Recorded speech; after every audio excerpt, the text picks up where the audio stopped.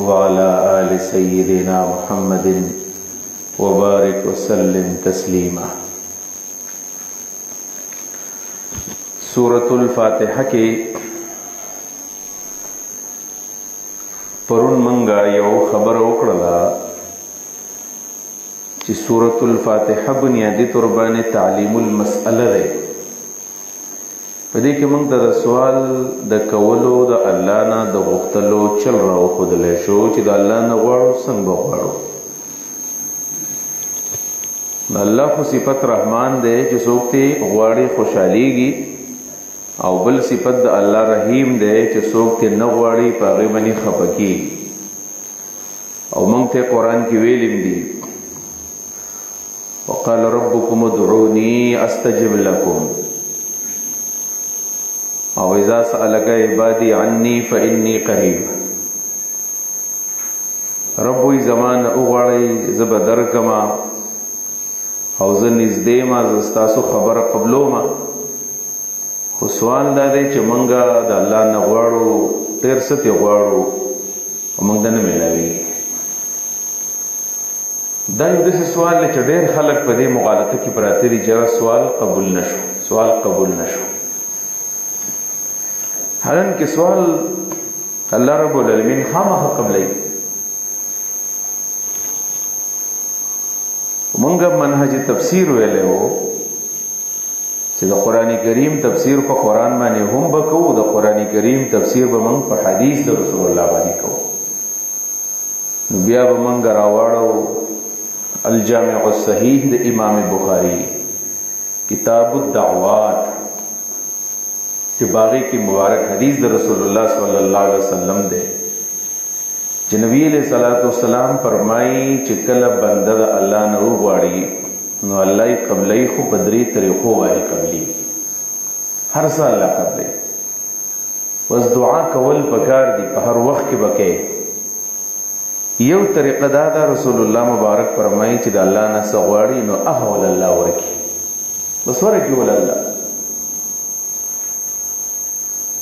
پرون موږ یو ځای کې ناستو، چا سره ناستو خو د مولانا خورشید صاحب کیسه وکړله، باجوړ رحمت الله علیه. وی چې عمرې له تلي وو، خو میدان کې ناستو، میدان کې وو دعا کې جنازې لیکلې. وی چې د مولانا خورشید صاحب سره عمرې له تلي وو، هغه هم را سره وو او روژه وه. نو په دې روژه کې ګرمي وه، او په ګرمۍ کې روژه وه. په مدینه کې په مسجد نبوي کې ناستو او د افطارۍ ټیم و. نو تاسو خو به نه لیدلي اللامبوزه، خو هلته کې د مدینې خلک ډېر زیات د قربانۍ خلک دی، او ډېر زیات صدقو د خیراتونو قایل دي، او کوي د خیراتونو صدقې کوي. نو کله چې افطاري کېدل نو هلته کې دا لبن ورته وي شملې، دا ورکوټ رپوټې داسې پیکونه پلاستیک په بوتلو کې ویل داسې یو یو یې کېښودو، کجورې کېښودلې وو، داسې د لبنې کېښودلې، نور څیزونه کېښودل. نو په دې دوران کې ویل موږ چې یو یو واغستو، ویل داسې چې دا کله روژه ماتې شروع کېدو نو یو کس داسې 15-16 بوتلې د لبنو د شملو راوړې او د مولانا خورشید صاحب مخې ته کېښودلې. ویل لږ وخت پس مولانا خورشید صاحب وویل چې بل یو سوال مې کړی وی نو ډېر زیات به ښه وه. وی چې ما کله موږ کېناستلو د شملو دا پیکونه تقسیمېدل د لبنو دا، ویل ما له چې کله یو راخومې چې الله تعالی په یو باندې څه کېږي، دا ښه داسې 15-16 دانې وی او دا راته چا ښودی وی. ویل ما چې دا سوال ختم کړی نه و، دغه 15 دانې شملې او د هغې بوتلې ما ته کېښودلی شولې. دې ته ویلی کېږي الله نه څه وغواړئ فوراً یې قبول کېږي. داسې تاسو هم ډېر داسې مشاهدې به وي، تجربات به وي، د الله نه څه وغواړئ الله یې ولې فوراً ورکوي. یو طریقه دا ده. بیماری ده، صحت غواړئ روغ شي، غریبي ده، مال غواړئ مالدار شي، امتحان کې نمبر غواړئ نمبر میلاو شي، کامیابي غواړئ کامیابي میلاو شي. په دې باندې شکر ایستل پکاري.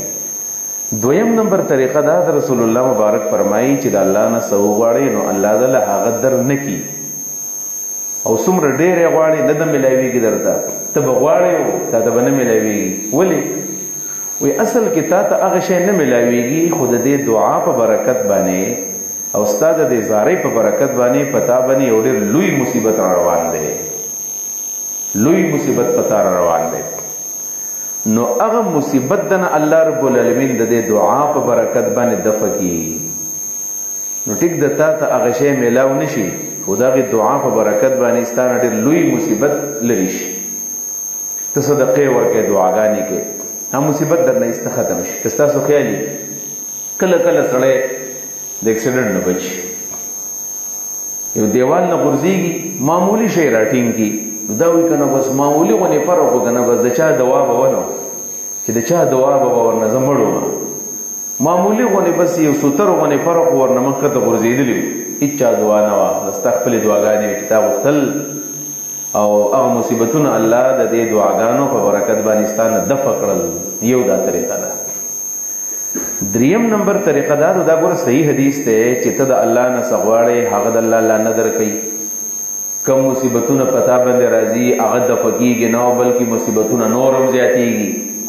کله کله ستاسو خیالي بعضې کورونه دا مصیبتونه او د غریبي او د فقر او د بیمارۍ داسې راایثار کېږي نه، وار پې خطا کي، وار قرضونه او بیمارۍ او تکلیفونه او مشکلات داسې خاندانونه ما ته معلوم دي زموږ په دې رشته دارو کې، په دې چاپېرچل کې غربت په انتها، د اولادو نافرماني په انتها، په کورونو کې جنکۍ ناستې دي د هغوی رشتې نه کېږي، هلکان دي هغوی له څوک رشتې نه ورکوي، قرضونه بس د انتها نه اخوا، مسلسل مشکلات، بیمارۍ. دا د الله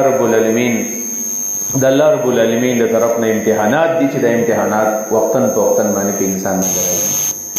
رسول الله صلی الله علیه وسلم فرمایي چې کله د الله نه څه غواړئ نو هغه نه میلاویږي، مصیبتونه هم ډېرېږي. البته داسې وشي چې الله رب العالمین دا هر څه تاسو له موږ له بیا آخرت کې ذخیره کړي، آخرت کې ذخیره. نو آخرت کې بیا کله چې د انسان ولاړ شي نو هلته به الله دله د اعمالو بدلی ورکړي، دا د مونځ بدله ده، دا د روژې هغه بدله ده، دا د صدقو هغه بدله ده. یو طرف ته به بدلی داسې وویني چې دا داسې قسم بدلی به الله ورکړي، دا به حیراني چې دا ما کوم عمل کړی دی. نو دته به وویلی شي چې دا ستا هغه عمل دی چې تا به دعاګانې کولې او نه به قبلېدلې، نو الله دله آخرت له ذخیره کړي دي. نو هغه ځای کې به انسان ارمان وکړي چې ارمان زما یو سوال هم نه وي قبول شوی او دې آخرت ته پاتې شوی، نو دا به ډېره زیاته ښه وه. نو معلومیږي دا چې سوال قبلېږي. یو جواب یې دقه دی، یو جواب علماو داسې هم کړی دی چې سوال به کې قبلېږي به، خو د آدابو خیال به ساتي، د هغې څه شرایط دي. یعنی دعا په یقین باندې کول، دعا په زارۍ باندې کول، په عاجزۍ باندې کول، خاص د الله نه په اخلاص باندې کول، د شرک نه پکې ځان بچ کول، مخکې د صدقه کول. دا داسې قسمه شرایط دي او آداب دي چې کله په دې دعا په دې شرایطو باندې په دې آدابو باندې سړی کله سوال وکړي نو الله یې بیا قبلوي.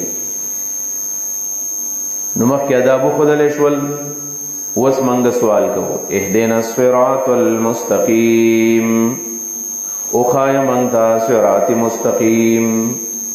الله موږ ته صراط مستقیم وښایه.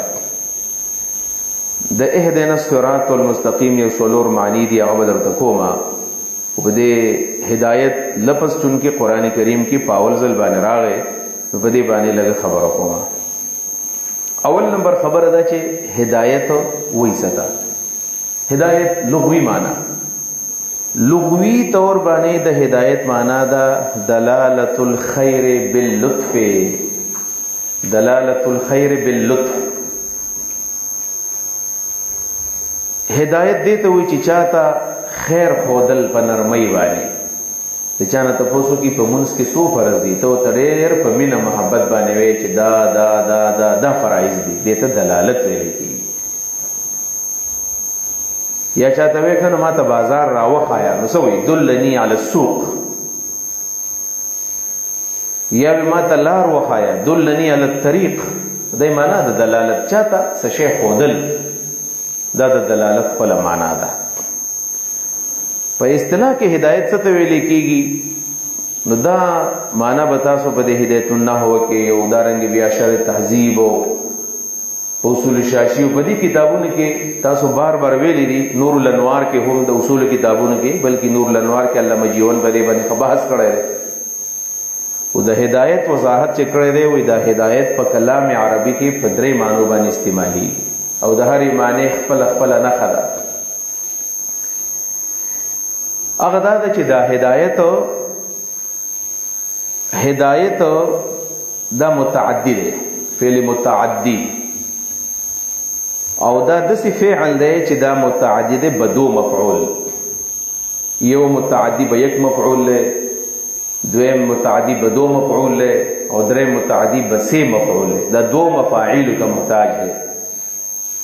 خو دا چې کله د دویم مفعول ته متعدی کیږي نو درې قسمه متعدی کیږي. دا درې معنی دي. کله بذات مطلب بغیر د واسطه د حرف نه، کله په واسطه د لام باندې، او کله په واسطه د الا باندې. یعنی کله به وروسته الا راغلی، کله به لام راغلی، کله به سنه راغلی. د درې وانو جدا جدا معنی دي. یو ده چې دا کله کله متعدی کیږي مفعول ثانی ته په واسطه د الا باندې، لکه په سورۃ النحل کې دا مبارک آیت موجود دی. په سورۃ النحل کې دا آیت برائش څنګه دی؟ اجتباه وهداه الى صراط مستقیم. هداه نو هدا فعل دی او ضمیر ولا فاعل دی، هو ولا مفعول اول دی، الى صراط مستقیم. دا صراط مستقیم ولا بل مفعول الى وغیرہ بوشه په فرق باندې کنه چې دا مفعول ثانی ته متعدی کیږي په الا باندې. عزیز ته دې دیوال لري مفعول ثانی ته بدا په الا باندې متعدی کیږي. نو دقه شولا. دویم وانک لتهدی الى صراط مستقیم. وانک لتهدی الناس، نو الناس مفعول اول حذف شو او صراط مستقیم ته په الا باندې متعدی شو. وانک لتهدی الى صراط مستقیم. دریم فرعون ته موسی علیہ السلام ویلو کنه چې واهدیک الی ربک فتخشا. واهدیک، اهدی فعل فاعل کما مفعول اول، او الی ربک نو ربک ول بیا مفعول ثانی شو. لہذا دا مفعول ثانی ته کله کله په الی باندې متعدی کیږي. نو کله چې مفعول ثانی ته هدایت متعدی شي په الی باندې نو بیا موږ دې معنا کو اراءۃ الطریق، چاته لار خودل، دا مشهور معنا د هدایت ده. نو موږ د الله رب العالمین نه هدایت غواړو. نو څه وایو؟ اهدنا الصراط المستقیم. الله موږ ته نیغه لار وښایا. اگر چې د ګریمر مطابق دا ترجمه مناسب نه جوړیږي ځکه اعلان نشته رېګنه، موږ عام طور باندې معروف هم دغه معنا کوو. اهدنا الصراط المستقیم، الله موږ ته نیغه لار راوښایا. خود په هر تقدیر هدایت د اراده الطریق په معنا باندې را استعمال شوی دی. یو شو. دویم نمبر په قرآن کریم کې دا هدایت لفظ مفعول ثانی ته په واسطه د لام باندې هم متعدی کیږي. لام پکې هم راځي. لکه قرآن کریم کې په سورۃ الحجرات کې دا راغلي دي او په سورۃ بنی اسرائیل کې راغلي دي. بنو اسرائیل کې آیت ده سره ان هذا القرآن يهدي للتي هي اقوم. ان هذا القرآن یقینا دا قرآن يهدي فعل فاعل، يهدي فعل ضمیر دو فاعل، الناس مفعول اول حذف دے. ان هذا القرآن يهدي للتي هي اقوم. التي هي اقوم بل مفعول للام وغیرہ ہے. او سورۃ حجرات کې راغلی دی ان هداكم للایمان. ان هدا فعل فاعل کوم مفعول اول، ایمان مفعول ثانی. ان هداكم للایمان. دلته بس معنا کو، دلته موږ معنا بیا کو ایصال الی الطریق. یو لار خودل دی، یو لار تر رسول دی. ایصال الی الطریق، ایصال الی الطریق. لکه ګوره د ایصال الی اراءۃ الطریق د لار خودل او ایصال الی الطریق لار رسول، لار تر رسول په دې کې فرق دی. زمنګ نه په دې شاټۍ دره کې څوک تاسو کی په دې جامع الاصلاح کې چې د شاټۍ درې جامع مسجد کوم ځای کې دی؟ موږ ورته وایو لار ته خو دې سي باروزه خې طرف ته بزیل ته یو جامع مسجد د یوسف مانی راشي او بیا به برزي یو چینه ده د ډمبري په نوم باندې مشهور ده. دا د ډمبري د چینه په شاشه بلال شي او دغه تر شاټۍ جامع مسجد وایي. دا اراده طریق شو. او ایصال الی الطریق دا دی چې تاسو څوک تاسو کی په جامع الاصلاح کې چې شاټۍ درې جامع مسجد کم یو دی نو ته وسخه برابر د دې دارالحدیث نوځي او د لارې ته برابر کې هغه د یوسف مانی د بری جامع مسجد ته ورسه او د لار باندې روان کې په دې لار زازا او هغه د پلانې جمعات دی. ته ویل کېږي ایصال الی الطریق. دریم نمبر کم چې په دې ځای کې دا کومه معنا پرته ده هغه دا ده چې هدایت مفعول ثانی ته بذات متعدی کېږي بغیر د واسطې د اعلان او بغیر د واسطې د لام نه. نو الته کې بیا موږ معنا څه کوو؟ الته معنا کوو ایصال الی المطلوب. ایصال الی المطلوب خپل منزل ته رسول. لکه دا معنا په کوم ځای کې راغلی ده؟ په دې صورت کې هغه دا ده اهدنا الصراط المستقیم، مونږ ورسوه جنت ته. ځکه د صراط مستقیم معنا جنت هم شوی دی. ایصال الی المطلوب، مطلوب ته رسول. د صراط مستقیم معنا جنت دی. زمونږ مطلوب زمونږ مقصود هغه جنت دی، د الله رضا ده. نو دا معنا ده اهدنا الصراط المستقیم، مونږ ورسوه صراط مستقیم ته، یعنی مونږ ورسوه جنت ته. الله مونږ ستانه جنت غواړو، مونږ ستا رضا غواړو، مونږ ستا دیدار غواړو. دا ایصال الی المطلوب.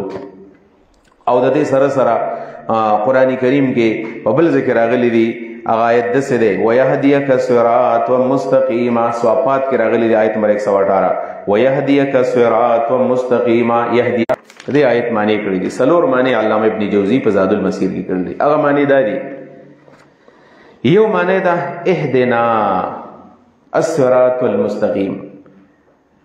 حضرت علی رضی الله عنه نه معنا نقل شوی دا ثبتنا الصراط المستقیم، په دې سي د لار باندې موږ مضبوط وساته. یو د اهدنا معنا کړل ثبتنا.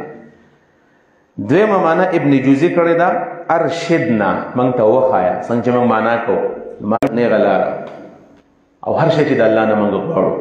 یقینا توفیق پرې پکار دی. کله کله موږ چاله دعوت ورکو نو هغه موږ ته وچاره دواره لکو چې الله ماله توفیق راکړي. موږ ته څه وایو؟ یاره توفیق دی که نه. به طور مثال ته چاته وایي چاره دې څه وکړه، دا ګیره خرول کفر نه دی، کفر نه دی خو ګناه خو ده. نو ګیره پرې کړه د الله توفیق غواړي. ګورې چې الله رب العالمین توفیق نه یې ورکړی، الله د چا سره موافقه نه یې کړې، هغه کار نه کېږي. په دې وجه باندې قرآن کریم کې آیت دی الحمدلله الذي هدانا لهذا وما كنا لنهتدي لولا ان هدانا الله. جنت کې به جنتیان څنګه دعا کوي؟ الحمدلله الذي هدانا لهذا. هغه ذات لره حمد و ثنا ده چې د دې ځای توفیق یې موږ لره کو. وما كنا لنهتدي، موږ خو دې ځای ته نشو رارسېدلی الا ان هدانا الله، مګر چې کله الله توفیق راکړو موږ راورسېدلو. نو توفیق ضروري دی. درې معنی شولې. او څلورم نمبر معنا ده اهدنا الهمنا. الهمنا الهام چورته منګ وایو الله د نیک لارې الهام راته وکړه. کله نور کمزور یم دغه بیا سوکینو بجلی ته واړوي. الهمنا الهمنا نو اهدنا الهمنا موږ ته الهام وکړه د سمې لارې. څلور معنی مې وکړلې. په دې کې زه یو خبر بل وکم هغه دا ده چې اهدنا الصراط المستقیم کو څلور معنی وکړلې او په ترتیب باندې په معنی په پښتو کې موږ. دویم نمبر اهدنا الصراط المستقیم، کله چې چاته لار ملاو شي، لار چاته وښودلی شي، نو بیا په دې باندې روانول پکار دي. بیا په دې سي معنا وکړو اهدنا الصراط المستقیم، موږ روان که په نیغه لاره باندې. اوس هم بیا روان کا. نو اول ښودلو ته سړی محتاج دی، بیا روانولو ته. دو شو. دریم نمبر دریم چې کله په لار باندې تا ته چا وښودله، تا چا پې روان هم کړلی، نو بیا په دې لار باندې خپل منزل ته رسول، خپل منزل ته رسول. دریم معنا به داسې شي اهدنا الصراط المستقیم، الله منګه ورسوا صراط مستقیم ته. صراط مستقیم ته منګه ورسوا. صراط په عربی کې لارې ته وایي، الصراط الطریق لار ته وایي. نو موږ صرف لار غواړو، لارې خو موږ ته معلوم دي. په دې وجه باندې یو معنا د حضرت علی نه چې کوم نقل ده هغه دا ده چې صراط مستقیم ویل کېږي کتاب الله ته. اسم ښکلې معنا ده. اهدنا الصراط المستقیم، الله موږ په قرآن باندې پوهه کا. معلومه دا شو چې قرآن کریم به یادی همو دعاګانې بوله غواړي. ګورې د دعاګانو نه بغیر قرآن نه یادېږي. دعاګانې به ډېرې زیاتې کوي. موږ چې کله مختصر المعانی ویله طالبۍ 2005 کیسه ده. نو په 2005 کې موږ د علامه تفتازانی رحمه الله حالات زندگی کتلی وو. علامه سعد الدین تفتازانی مشهور عالم دی، صاحب د مختصر، صاحب د متول، صاحب د شرح العقائد. علامه تفتازانی رحمه الله وی چې زه ډېر زیات غبي وم په ابتدا کې. غبي پیژنې که نه؟ پس نه پوهېږي، په سبق ونه پوهېدلم. ډېر طالبات هم داسې وي یاره وایي زه نه پوهېږم پریشانه شوم چې الله تعالی زم محنت کوم او زما د ملګري محنت کوي ما ته نه یادېږي او دوی ته یادېږي چې ما ته هم دا سبق دقه شانې یادېدلی ویل یو ورځې بس زه سبق ته ناست یم او ایسته په ژړا باندې شوم الله ته الله تعالی ما ته ولې سبق نه یادېږي الله دا سبق ما ته یاد کا او په دې جړه جړه کې وده شوم او د سترګو نه مې اوښکې بهېږي او دقه دی چې دا کتاب یې په سینه باندې پاتې شو ایسته وده شوی ما الله رب العالمین کوي وی په دې دوران کې زه چې ودېما د کتاب دې غاړې ته او په دې خوب کې ما یو خوب ولیدو خوب مې ولیدو سم خوب مې ولیدو خوب مې داسې ولیدو چې ما ته څوک اواز کوي چې الکه سعده یا سعد و په دې خوب کې زه یم چې زه ورته وګورم چې ولې ویل ما ته وایي چې راشه نبي علیه السلام درته اواز کوي دا کېدی شي الله پیغمبر څوک په خوب کې ویني بلکل کېدی شي وایي زه یم چې ما ته اواز کوي مې چې او تا ته اواز کوي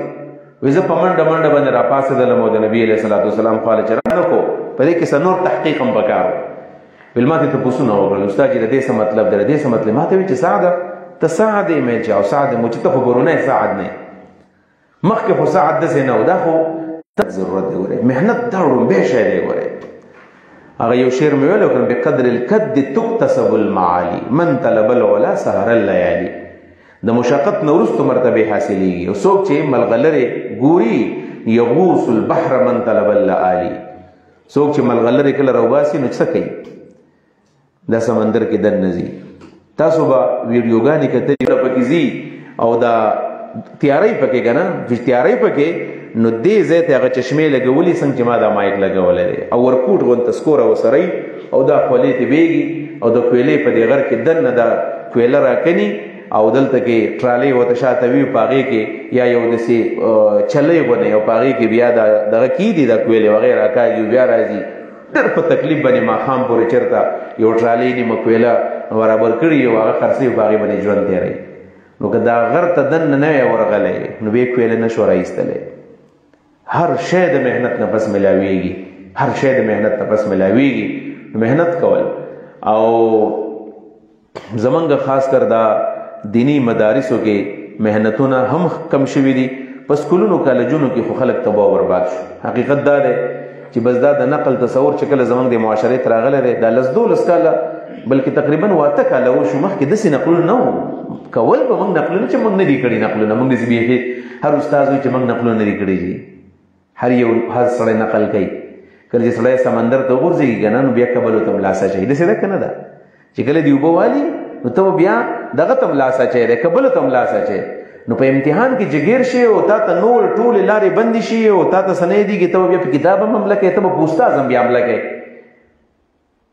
موږ چې د رابطة المدارس امتحاناتو د مولانا شاه حسین صاحب اکثر ډیوټۍ له به تفهیم ته راتلو نو مولانا شاه حسین به داسې و ته به سړي یو سوک ورکوو چې چا به خبرې کولې اوس هم هغه سوک ورکوي نو موږ ته به پته و چې ده ته تپوس کې سوک به درکوي خو هغه ته موږ پاسېلو چېرې د دې څه مطلب دی یو سوک به در درکو کله به درته وښودو کله به در وښودو بیا نو خلک خامخا هر څه د لاسه چوي خو داسې نقل نه وکړم چې اوس روان دی چې بس دلته یو ملګري خبره کوله پروس کالې وایي چې زموږ د سکول په یو پرچه کې د ماشومانو نمبرې کمې راغلې وې ویل بیا وروسته جایزه اخیستله چې په دې پرچه کې نمبرې ولې کمې راغلې دي وایي چې په دې ورځ باندې زموږ د سکول د فوټوسټیټ مشین خراب شوی نو سپلای زر زر نه کېدله د فوټوسټیټ مشین خراب شوی نو سپلای زر زر نه کېدله نو په دې وجه باندې هلکانو په سکول کې نمبرې کمې واغېستې دا صورت حال دی او چا وایي په خپله او ګیله بیا ولیده بله په خپله باندې استادان په خپله ډیوټیانو له ځي او دغه ډوډو مړو ته ناست دي الله دې پوهېږي لږه خواره شو دا میان به څومره میان به ته په دې 10 ورځو کې وخورې 10 کیلو مې به وخورې نه شي خوړلی تحفې به راوړې 15-16 سپریګان به راوړې مړه څه سپریګان به سعودي کې په 2-3 ریاله باندې کېږي هغه سپری دله خلک درکوي قیمتي سپری څوک چاره نه ورکوي 15 ریاله باندې هغه سپری کېږي سپریګان او عطر او کله کله خلک تسبیح چاله ورکوي په رشوتونو کې او دا بیا راوړي په جومات کې پې ناست دی او سبحان الله الحمدلله په دې باندې وی په دې باندې ته خپل عزت خرابوي ځان هم دې تباه کو نوې نسل هم دې تباه کو سټوډنټان هم دې تباه کړل حقیقت دا دی نن سبا لکان محنت ځکه نه کوي که زه محنت تکرار مطالعې هغه به انعام دي په دې وجه باندې علما نه جوړېږي دومره ده چې یو ته کوالټي وي یو ته کوانټیټي وي که نه یو مقدار دی یو معیار دی نن سبا ټول شی په مقدار باندې دی په کوانټیټي باندې دی، کوالټي پاتې ده. او دا د ختم بخاري تقریبات څومره ښکلي ښکلي دي، قسمه قسم پروګرامات، موږ ټول دا رنګینیانې کوو. نو خطیطي وایه که نه، چې زه خو نشم ویلی، او چې زه هم نشم چې دا پټکی په سر دی، پټکی راغسې دغه په سر باندې ښودی دی، چوتې په سر کې تی وایه، پټکي باندې خو نه ده چې چا په سر باندې غټ پټکی دی، غټ عالم دی. طالبان هم اکثر د غټ پوړه نه یېرېږي، چېرې پټکی غټ کړي نو بس خالې نه ورځي، یېرېږي پرې دا بل غټ علم ورسره وي. دا میاشتې راشي نو څه طالبان درسونو له ځي، څه طالبان درسونو له ځي، او عام طور باندې خلک کورونو ته چوټیانو له ځي، چوټیانو کې کور وخت تېروي. په دې عوامو کې ډېر کم خلک قرآن ته نه کوو چې الله موږ ته نیغه لار راوښایه. نو دا قرآن مسلمانان وي که کافر یې وایي، مسلمانان یې وایي. نو مسلمانان خو اسم په هدایت باندې دي، نو بیا د الله نه ولې لار غواړي موږ ته لار راوښایه. ما معنی سؤال المسلمین الهدایه وهم مهتدون، دوی په خپله باندې په سمه لار روان دي، نو بیا ولې سمه لار د الله نه غواړي؟ د هغې مختلفو جوابونه علماو کړي دي. یو جواب یې دا دی چې دلته معنی دی سر اهدنا لزوم الصراط، اهدنا لزوم الصراط، دا لزوم لفظ حذف شوی دی، معنی دا ده لار خو راته معلومه ده، خو د دې لارې لزوم راته وښایه چې دې نه اخوا دې خوا نه شو، په دې لاره باندې مضبوط روان لزوم مراد دی. او بله معنی د دې دا ده چې مخکې موږ وکړله چې د دې مطلب ښودل نه دي یوازې، د دې نه مراد تثبیت دی، الله په دې باندې مضبوط وساته چېرته اخوا دې خوا ته ونه غورځوږو. او یا د دې د هدایت 4 مرتبې دي، دا مرتبې لیکلي دي تفسیر عثماني کې علامه شبیر احمد عثماني صاحب. یو مرتبه د هدایت دا الهدایت الانابت، الهدایت الانابت، هدایت خپل ژبه کې تړپ وایو، د یو نیک عمل د پاره ستا په زړه کې تړپ او جذبه را پیدا شي. نو کله چې ته په هدایت باندې روانېږې د ټول نه مخکې به پتا کې انابت راځي، چې تا کې خپل رجوع نه وي. د انابت معنا رجوع ده، یعنی اول الله ته رجوع، چې تا کې رجوع نه وي که نه په دعاګانو نه کېږي. یاره سید قطب رحمه الله د هغه د تفسیر ډېر ګران دی، چې کله ګوره ما تنګوي، موږ عربیه سم کمزوري ده، نو بیا سید قطب دا خو جدید عربي د سړی پې پوهېږي نه، دا فانسي کوي، د فانسۍ سزا یې ورته واوروله. نو د اګست میاشت غالبا د لاس نه نیولی دی، ویډیو اوس موجود ده، ښکاري ویډیو دې شوې ده، را روان کړی دی پوجان نیولی، چې کله یې پانسیګاټ ته راوړي، پانسیګۍ یو هغه داسې ساده دی. په دې مصر کې ګیرې مور هم پابندي و، نو ګیرې هم نشته دی، او داسې عام کالج هلک ښکاري ته به کالجي دی، شکل هم داسې ښایسته نه دی. په دې کې یو صاحب جبه و امامه یو سړی وله راغی، وخت کې د الله کلمه نصیب کړي، د جامع ازهر نه وله مفتي راوستی و. سید قطب رحمه الله پسې داسې قهقهه ولګوله، ویې خندل، د ده په دې حالت پسې یې وخندل. ورته ویل صاحبه ته ما ته کلمه وې، په کومه کلمه چې ته تنخواه اخلې د مصر د حکومت نه ډوډۍ پې خورې، پقه کلمه باندې زه خپل ځان قربانومه، ما ځان پنسۍ ته نیولی دی. د دې کلمې په معنا باندې ما ځان پوه کړی دی چې لا اله څه معنا ده، بل هېڅ نظام نه منم، نه د مصر منم، نه د بل ځای منم، یو الله منم. ما ته پکې پنسۍ دقه دی، یو مولي صاحب اذان کوي، یو مجاهد اذان کوي، کې فرق دی. نو سید قطب شهید رحمه الله د دې اسلام په باره کې یو څو اشعار ویلي دي، وی اسلامنا لا يستقيم عموده بدعاء شيخ في زوايا المسجد، اسلامنا لا يستقيم عموده، زمن اسلام زمن دین دا سره چې دا غي ستنو دا غي دیوال نه ودرېږي، بدعاء شيخ في زوايا المسجد، د یو شیخ په دعا باندې د جمعات په ګوټ کې، لا يستقيم عموده بقصائد تتلى لمدح محمد، اسلامنا لا يستقيم عموده، زمنګ اسلام داسې دی چې د هغې ستن نه ودرېږي، بقصائد تتلى لمدح محمد، په هغې نعتونو باندې چې د نبي علیه السلام په مدح کې ویلې کېږي. نعتونه مدینه ښکته مدینه پورته، مدینے کا سفر ہے اور میں نم دیدہ نم دیدہ، جیسے ہی سبز گنبد نظر آئے گا، بندگی کا قرینہ بدل آئے گا، بدل جائے گا. دا د گنبد خضرا نعتونه موږ وایو، مینه هو نشته. ہم مدینے میں تنہا نکل جائیں گے اور گلیوں میں قصدن بھٹک جائیں گے، مدینے ته بلاړ شو، په کوڅو کې ویسته ورک شو، مینه ورسره ده، چا ورته دومره مینه ده، او صرف نعتونه دي. فاصلوں کو تکلف ہے ہم سے اگر، ہم بھی بے بس نہیں بے سہارا نہیں، څومره ښکلي ښکلي دي.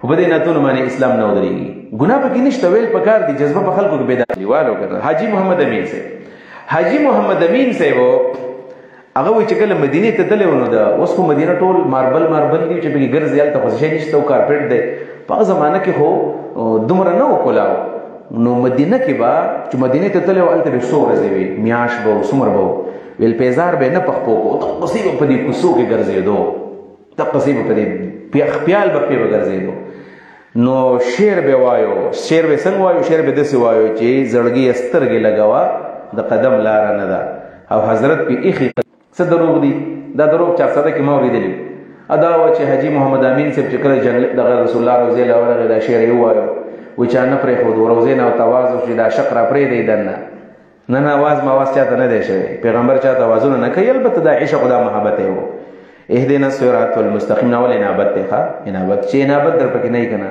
سلیم مولانا صاحب زه ډېر یادوم الله دې وبخي هغه به ویل که نه ویل چې یو سړی وږی دی خو موړ به شي خو چې ځان یې وږی کړی دی په یو دیګ هم نه مړېږي یو سړی وایي چې ولاړ دی وایي چې مه خو دې درولم خو وایي به یې څوک بس زه خو دې ودرولم خو وایي به یې راباندې څوک خو تا سړی قرآن ته هم کښېنو خو چې هغې نه وایي نو څه به یې لحاظ اول انابت دی ښه توجه ده یو دویم نمبر مرتبه څه ده د انابت نه وروستو بیا د دې نه وروستو د انابت نه وروستو بیا توفیق د الله رب العالمین دی یهدي الیه من ینیب توفیق الله هغه چاله ورکوي چې بچا کې انابت راشي نو چې پتا کې اگر انابت راشي نو الله به توفیق درکړي دا تاسو اول اراده کړې وه مونږ خو ویلي چې سکل به اړو په درس کې مونږ سبا اګانې کوي د الله شکر وباسئ چې الله یې ربط القلب نصیب کړي که ستاسو خیالي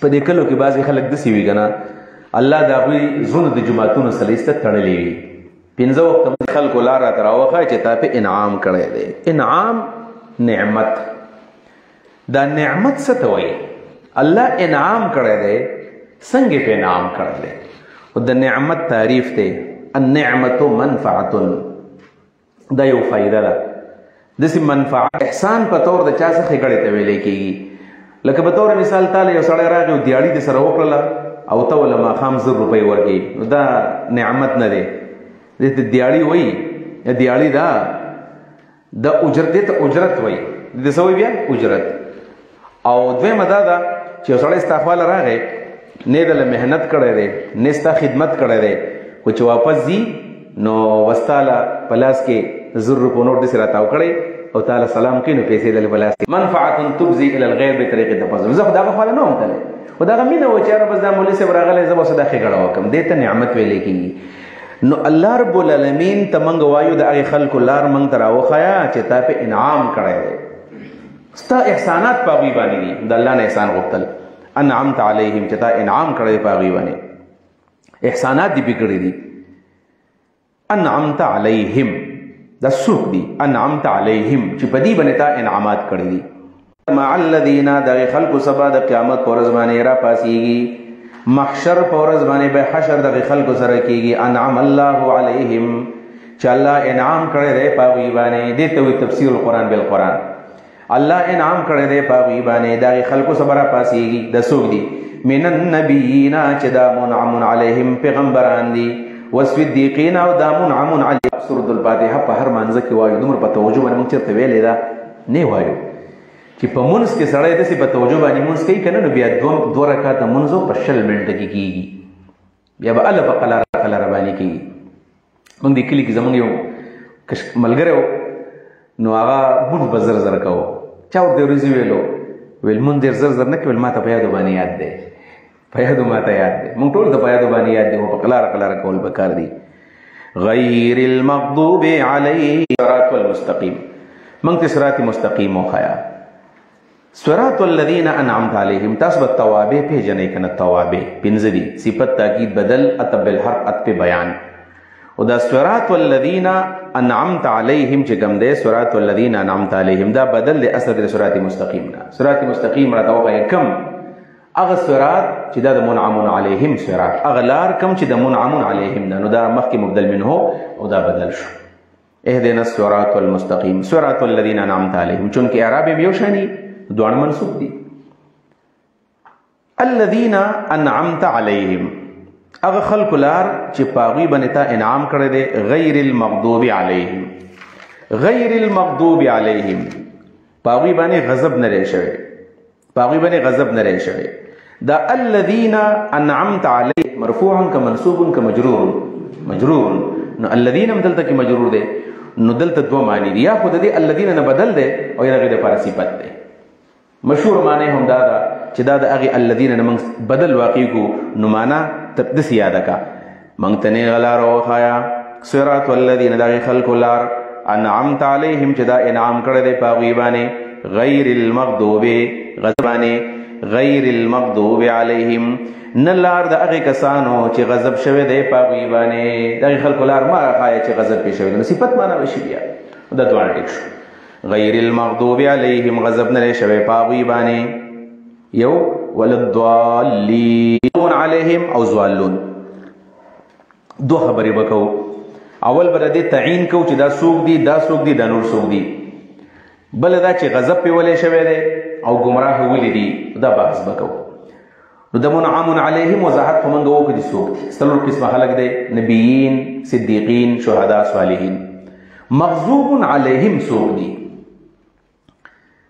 د مغضوب نو دا حدیث دی چې روایت کړی دی عدی بن حاتم رضی الله عنه عدی ابن حاتم رضی الله عنه د رسول الله صلی الله علیه وسلم نه سوی او دغه معنا جمهور کړی دا زره تراجه معنا اول کوم چې پوه شي وي سوق دي وی هم اليهود والنصارى هم اليهود والنصارى دا مغضوب علیهم نه مراد يهود دي او د نصارا نه مراد یانو د عیسایانو د لارې نه منګه وساته امام رازی رحمه الله په دې معنا باندې رد کړی دی عجیبه ونه رد دی ذهن هم اخلي امام رازی رحمه الله فرمایي چې دا يهوديان او عیسایان دي هو الله منو يهوديانم الله منو عیسایانم الله منو نو غلط خلق خدای ذکر رسول الله نه منو ګوره يهوديانم الله مني اخرت مني مسلمانانم الله مني اخرت مني عیسایان الله مني اخرت مني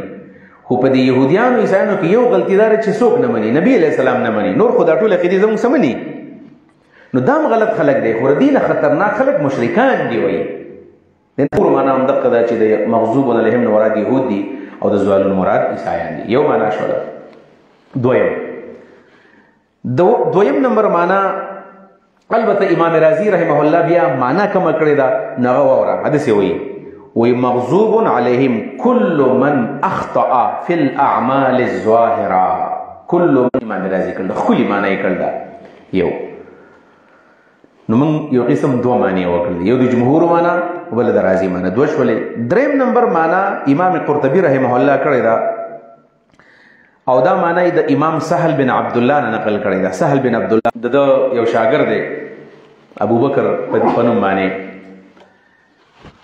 ما خام ټیم دی وی امام ابو داود به د هر چا سره ملاقاتونه نه کول وزګار نو زمان پشانی ما خو استناسیو هر څو راځي ملاقاتونه دیو د پېښې دیو ای سم نه کو بس امام ابو داود ته چې بار څوک دی او ستا تاسو کې وي تور څوک تاسو وکړي چې څوک دی سره راغلی دی راغلی تاسو کې وي ز سهل بن عبد الله تستوری ما او د امام ابو داود سم یو ځان لکار دی پټ په خلوت کې ورته وایي چې سهل راغلی دی سهل دی علم امام ابو داود رحمه الله چې کله واورېدل چې سهل بن عبد الله راغلی دی ویل فورا را پاسو چې ورته چې زر راځه راي ولدنه دروازې مرزه تخلاص کا نو سهل بن عبد الله راغی امام ابو داود سره ملاقات ډېر په ګرم جوشي باندې وکړه علما دي او صحیح علما دي دا مطالبه سره ترسه زما کار وکې ویل څه کار دی ویل نه ولا سره واده وکړه ویل ته خو راته وایې کنه ویل نه ولا سره واده وکړه کار به جایز ناجایز باندې واده را سره وکړه سره دې برسه امام ابو داود ولا سره قول وکړو لاس ولا ورکو ویل زه ته زما نه سغواړې زه به درکوم ویل څه ویل چې اخرج الی لسانک لاقبله اخرج الی لسانک الذي تحدث به احاديث رسول الله صلی الله علیه وسلم حتى اقبله و دا جبل را تراو باسا په د کتاب مبارک چا ویلم دي کنه چې د چا په کور کې قرآنی یو به کې ابو داودی باس بل هیڅ کتاب ته ضرورت نشته ډېر خولي کتاب دی نو سهل بن عبد الله معنا کړل وی مغضوب علیهم بالبدعه غضب په ولې شوی دی د بدعت په ولې باندې بدعتيان دي نو کله چې څوک بدعات کوي نو الله رب العالمین ورته غوسه کوي بدعت څوک شیعاګانې کوي کنه غټ غټ بدعت هغوی کوي روافض معتزله خوارج او په دې علاقو کې په دې مولیانو کې مشترک قسمه قسم خدا سي د چانوم زنا لمخاص ځکه چې څوک یو چاته بدعتي وي څوک بل چاته بدعتي وي نو داسې نوم نه داسې نوم راته مناسب نه ښکاره کېږي ځکه هر یو په هر ډله کې څه نه څه بدعت شته خو وایي که نه هر بدعت حسن وي چې خپل وي او هر بدعت قبیح وي. معالم التنزیل کې بغویم کړی ده قرطبي هم کړی ده مغضوب علیهم بالبدعه د بدعاتو په وجه په الله غضب کړی دی ضالون بالسنت سنت ورک شوي دي احادیث تی ورک دي زمونږ د معاشرې نه احادیث ورک دي که نه سنت زمونږ ګوره یو حدیث دی بل سنت دی حقیقت دا دی چې نن سبا موږ ټول په دې ضالون کې یو ګورې ښه موږ نه سنت ورک دي څنګه ورک دي خپل غمونو ته خپلو ښادو ته وګورئ زمونږ غمونو زمونږ ښادۍ څنګه دي کله چې ستا د لور واده او ستا د زوی واده هغه وخت کې ځان ته وګوره چې تا ته سنت در یادېږي که نه در یادېږي نه نه نه د زوی په واده کې به سنت ورته نه وی د زوی په واده کې به سنت نه وی سنت زمونږ د بیخي ورک دي یا چېرته غم راغی نو په غم کې زمونږ نه سنت ورک دي او سنت چې کله ورک شي که نو خلک بیا بل څه ته سنت وایي سنت چې کله حقیقت کې د رسول الله صحیح طریقې کې ورکې شي نو خلک هر څه ته سنت وایي دا سنت دی دا سنت دی بله ورځ که ستاسو خیال د په بیادبي کړې ده ګوره دا خو ډېر غلط کار دی چې کجوري ګزارلی دي کجوري خو قرآن دی دا به نه ګزاري نو قرآن خو نه دی ولې کجوري ګزار څه ګناه ده څه لکه کجوري ګزارل ګناه ده دا خلک چې راسن دې ښکته نه راغورځېږي خو موږ خو ما وویل که نه چې خپله غلطي موږ ته نه ښکاره کړي خو د بل غلطي موږ په هغې پسې بټري نیولې ده نو دا بحث شروع شي دا خو د دې څخه ډېره زیاته بیادبي ده غلط کار دا اعتراض نه دي کول پکار ولې موږ چې کله دا ناوې راشي په هغې باندې خلک غوزان ورخري که نه ورخري دا بیادبي ده د غوزانو یا چې دا څوک چېرته راشي د بهر نه د عمرې نه راشي د سعودي عرب نه راشي چې دا څه ګناه خبره ده که نه ده چې خلک کوي په خادو کې دا که نه خو هلته کې بیا داسې وشوله چې بل طرف ته بیا نور مولیانو له قار ورغی چې نه دا خو سنت طریقه ده خو د نبي علیه السلام طریقه ده لکه چا وایي چې د نبي علیه السلام طریقه ده حدیثونه پیدا کړل دا خو پلانی حدیث کې راغلی دي که نه پلانی حدیث کې راغلی دي چې نبي علیه السلام به کجورې خرلې پلانی امام ویلی دي نو چې حدیث وګورئ د بیهقي حدیث دي یا حد درجې کمزور دي او څه موضوعي دي ځکه چې موږ نه خو سنت ورک دي که نه نو موږ عامو خلکو طریقو ته بیا سنت وایو وایي حدیث کې راغلی دي او یو مولوي صاحب پکې ویلو چې دا کار خو خلکو ته الګ ښکاره شو چې کله مولانا صاحب دا کار وکړو ورنه ټولو پاکستانو ته پته نه و چې دا د رسول الله سنت دي دا به د ټانک او ډرې خان سنت دي خو د رسول الله سنت نه دي دا سنت نه دي سنت په صحیح حدیث باندې ملاویږي خلکو ته په صحیح ثبوت باندې سنت ثابتېږي او سنت تعریف خو تاسو کړی دی الطریقة المرضیة المسلوکة فی باب الدین دا سنت تعریف دی هغه طریقه المسلوکه المرضیه فی باب الدین د دین په باب کې رایج او غوره طریقه سنت دی او صحیح حدیث غواړي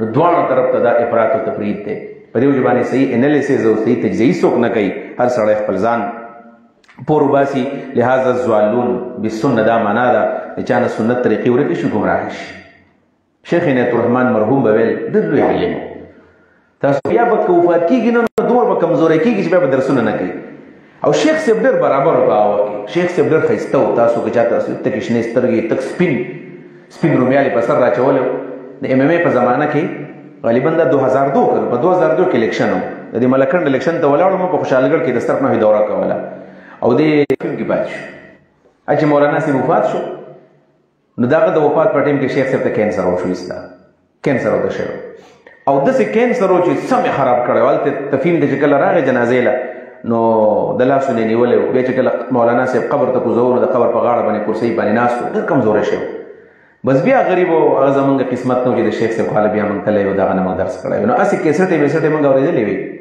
اوس هم زه کوشش کوم ګاډي کې ولګوم اکثر دغه درس ډېر زیات دغه درس سړی بهادر کوي تاسو ته مې د شیخ صاحب درسونه پیدا کوي اورئ سړی کې بهادري پیدا کوي شجاعت او بهادري په انسان کې پیدا کوي په دین باندې به تا دلیر کړي هغه داسې یو صفت و نو شیخ صاحب یو خبره کوله ویل دا بدعت ځکه د دې معاشرې نه ختمول غواړي چې هر بدعت د سنت ځای نیسي ډېره ښایسته خبره یې کړله هر بدعت چې راځي که نه دا ځکه خطرناک دی چې دا د سنت ځای نیسي چې بدعت راغی سنت چوټې کېږي په دې وجه باندې د بدعاتو مقابله پکار ده په ښه طریقه باندې پکار ده یو دا معنا ده یو شو بله معنا خطیب شربینی دا تفسیر دی سراج المنیر تفسیر سراج المنیر خطیب سے بانی مشهور دی شربینی خطیب اغوی مغضوب علیہم د دین مراد اغ کفار دی الکفار المجاہرون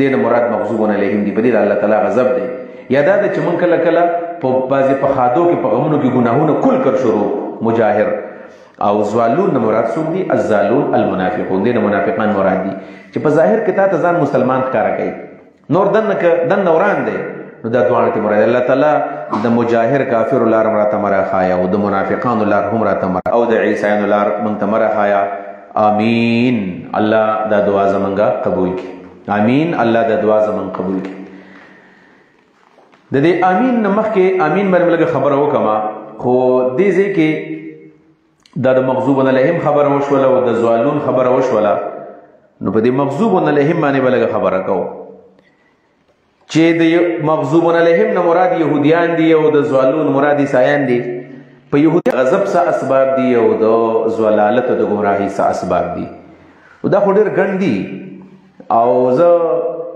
که په هر یو پسې موږ آیت راړو نو دا بحث په ګنټه کې نه ختمېږي زه به داسې اجمالي ویم چې قرآن کریم کې راغلي دي قرآن کې کم دن راغلي اسباب د ګمراهۍ او اسباب د غضب کم چې په قرآن کې دن راغلي دي نو هغه به بیان کوم تاسو ته به ځان سره محفوظ کړئ او نن چې ماښام کله تاسو بیا تکرار کوو نو دا آیتونه به تاسو په خپله باندې ګورئ ټیک دی راسئ که نه په خپله باندې یو آیت دوه به راواړم تاسو ته خو ټول نشم راړولی ځکه چې یو قرآن کریم باندې لګ راځي دا راغله ځان بل الله والا په دې کې به لګ راوړم د غضب اسباب د غضب په اسبابو کې یو سبب دی قرآن کریم کې په دې ابتدا کې تبدیل نعمت الله دا په سورۃ البقره آیت نمبر 61 کې ورایش چې د الله رب العالمین نعمتونه سره بدل کی نو الله پچا باندې کله نعمت وکي او دا د نعمت بدل کی لکه څنګه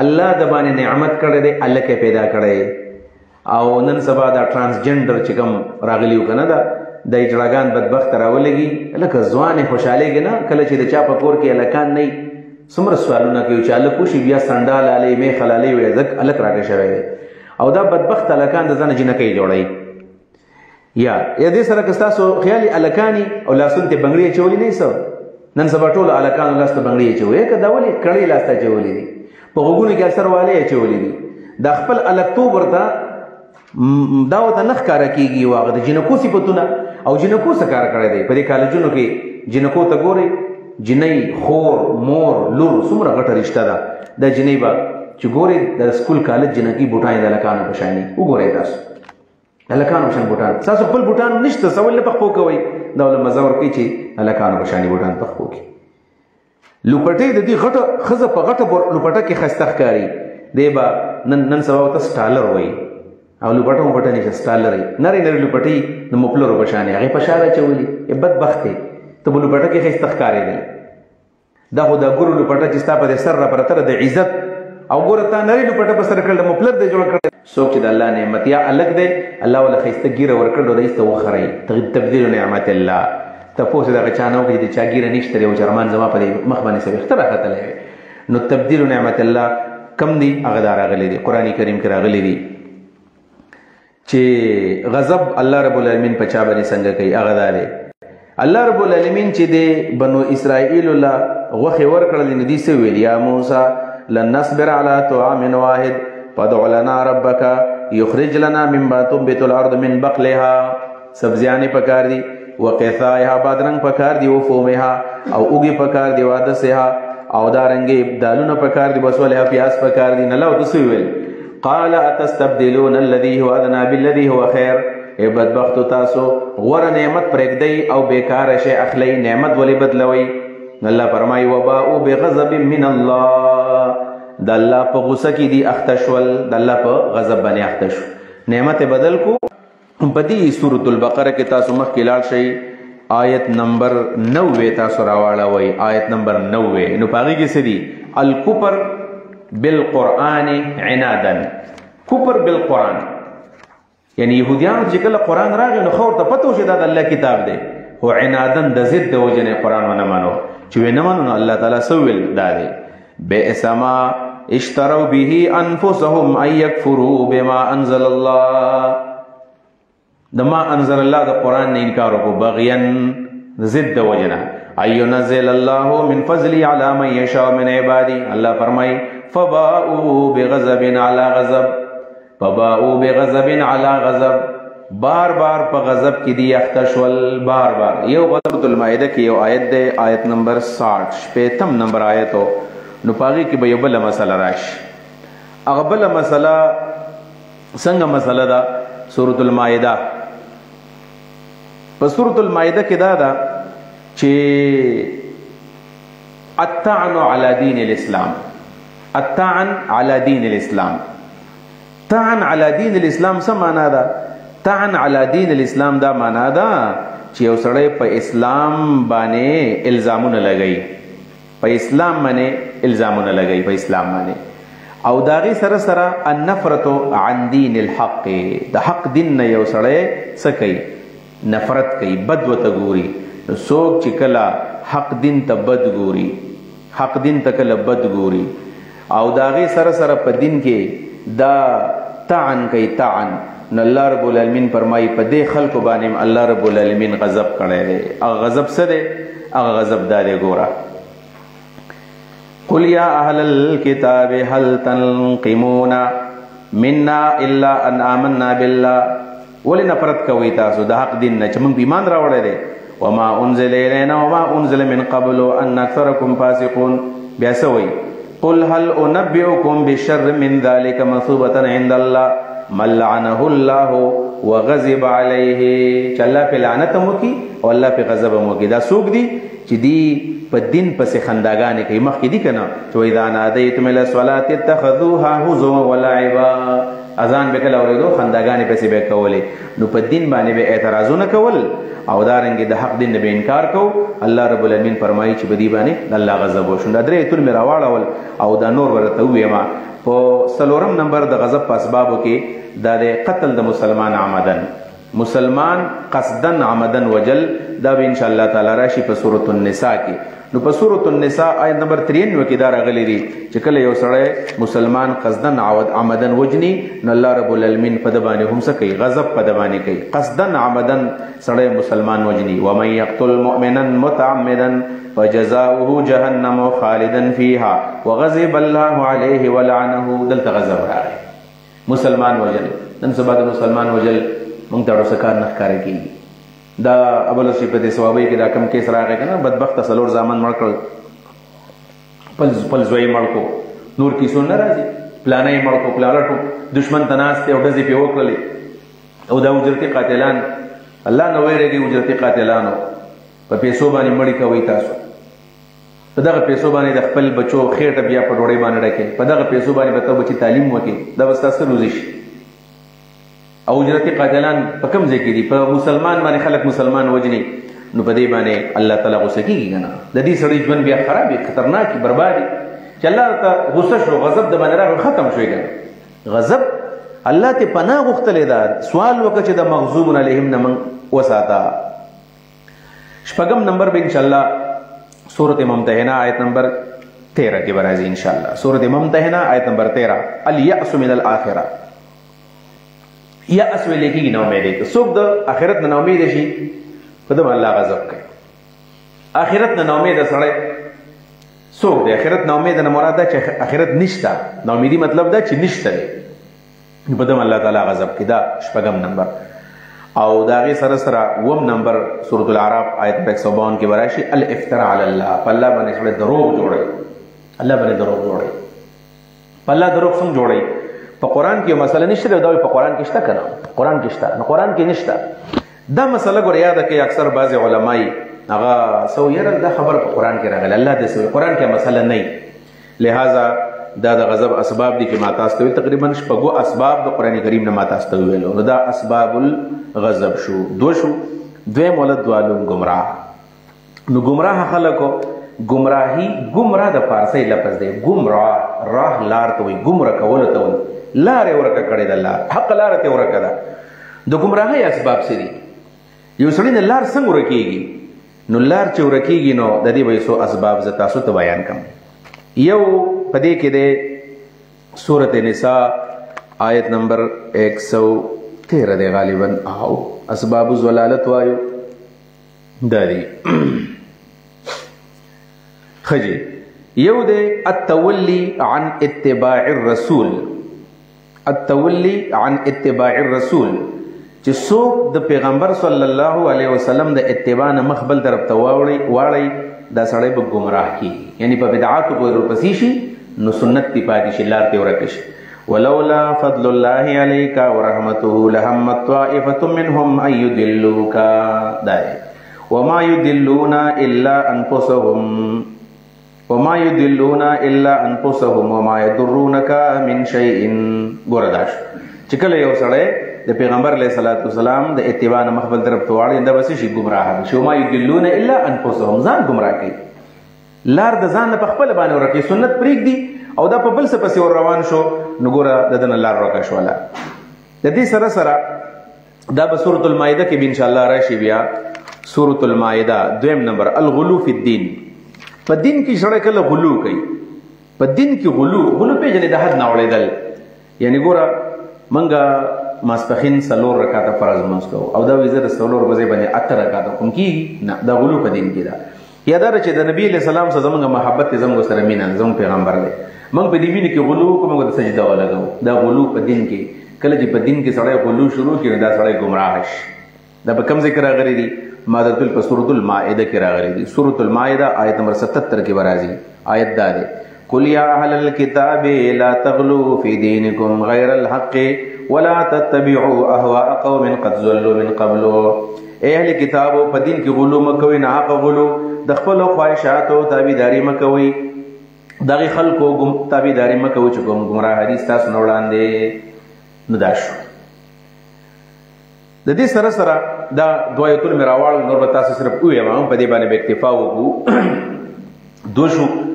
دریم نمبر سورۃ النساء کې ان شاء الله راشي آیت نمبر 42 کې ترک العمل بالعلم، خپل علم باندې عمل نه کول. الله دې موږ ټول باندې رحم وکړي.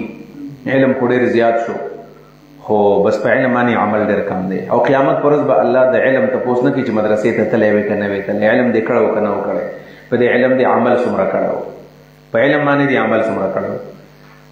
طالبانو زه ته په دې کې بله خبره کومه، بعضې خبرونه سړی خبر شي خفه کېږي په دې باندې. یو خو په علم باندې عمل دی، نو دعا به کوو چې الله موږ توفیق راکړي چې په علم باندې عمل وکړو، ځکه علم بے عمل دل ہو تو جذبات سے کیا ہوتا ہے، دھرتی بنجر ہو تو برسات سے کیا ہوتا ہے.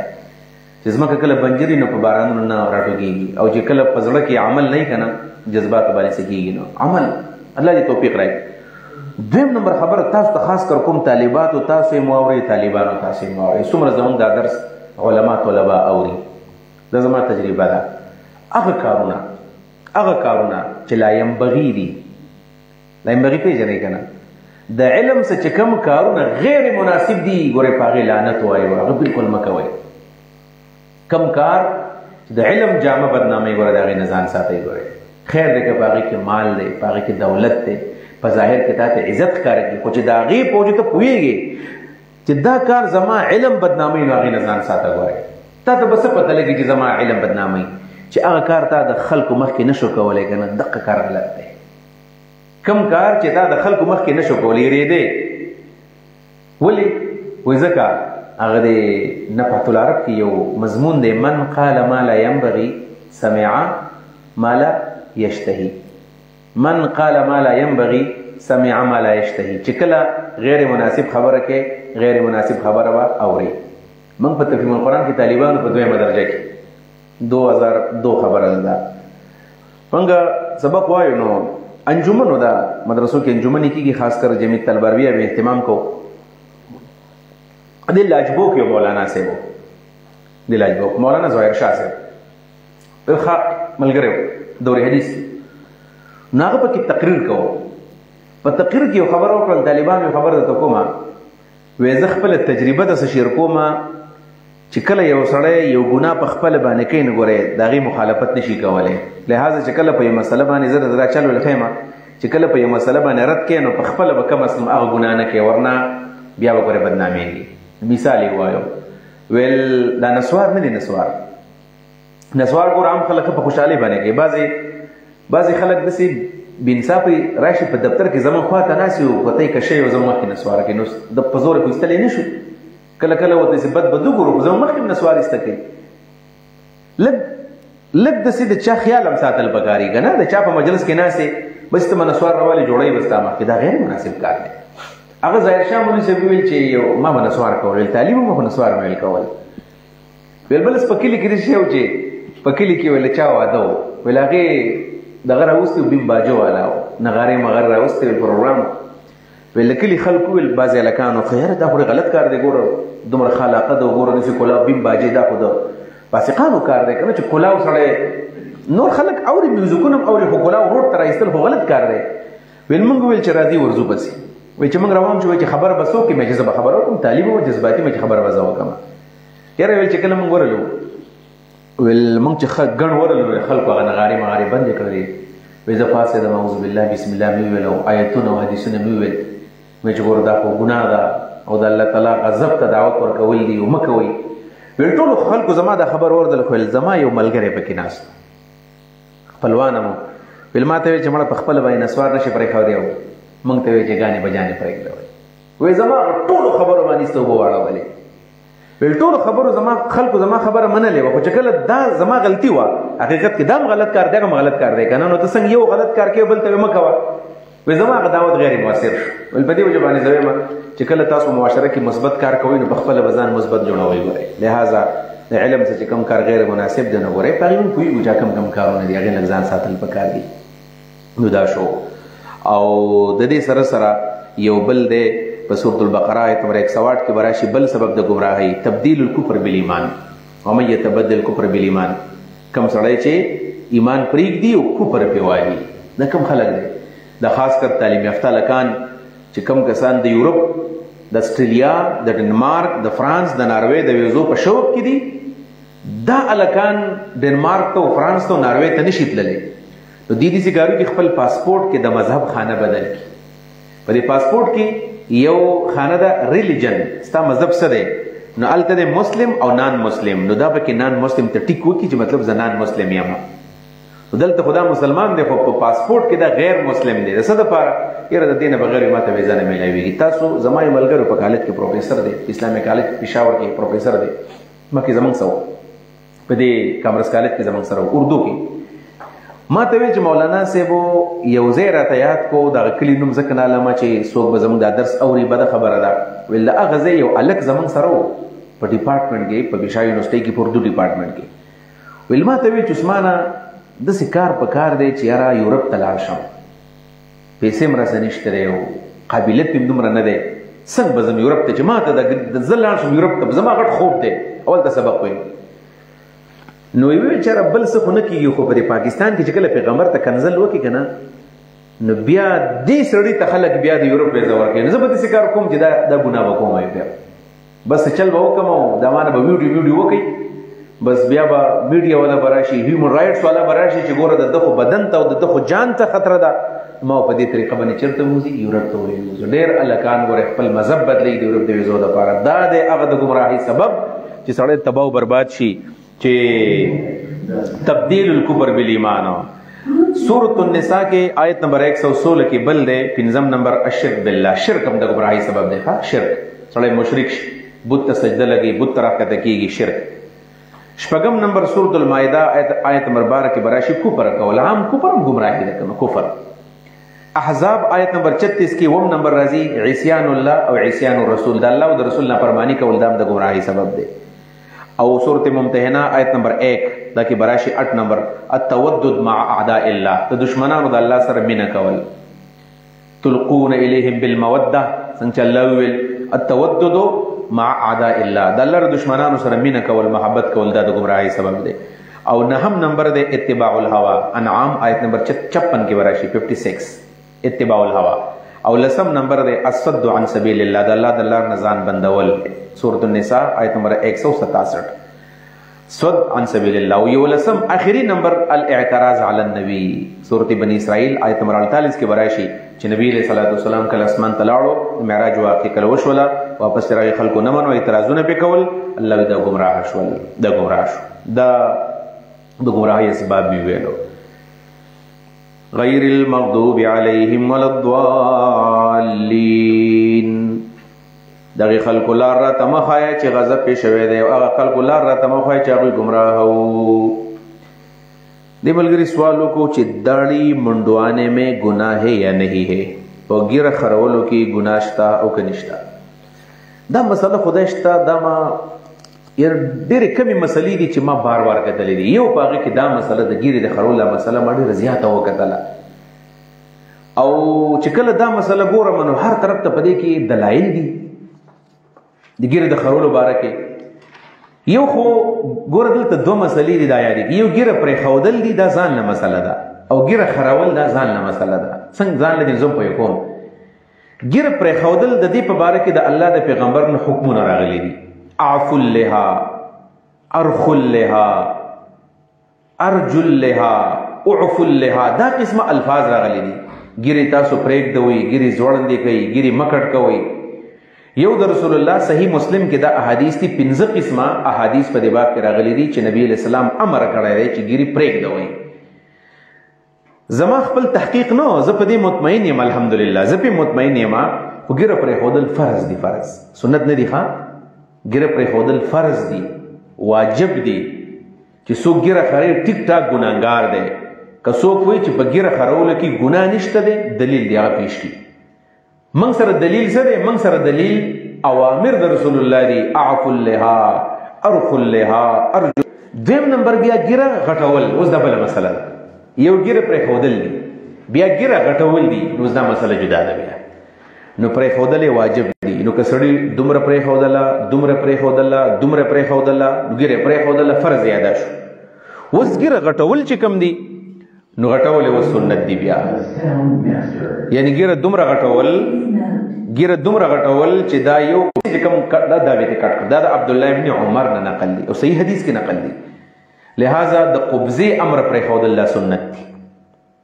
وزدې نه کمه فسق د زنایمه. مفتی کفایت الله صاحب په کفایت المفتی کې دا مسله لیکلې ده.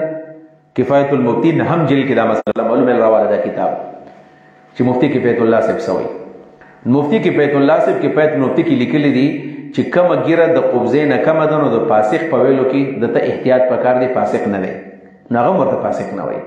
په دې وجه باندې یو خو د پرېږدي. لہذا د فاسقانو د وجه نه نو بهر تقدیر د ګیرې بیا غټول چې دي سنت دي. لہذا یو سړی ګیره پرېښه ده خو کچه کچه ده نو فرض یې شوي دي، سنت یې پاتې دي. یو سړی ګیره پرېښیم ده غټه کړیم ده، فرض یې مو شو، سنت یې مو شو. یو سړی ګیره خرولې ده د اوس فرض هم پاتې دي، سنت یې پاتې دي. مسله هم دقه ده. پاتې شو اوس ګیره خرول. اوس دا مسله جدا ده. ګیره خرول الله رب العالمین ته دمکیانې ورکړې وي، دمکیانې ورکړې وي.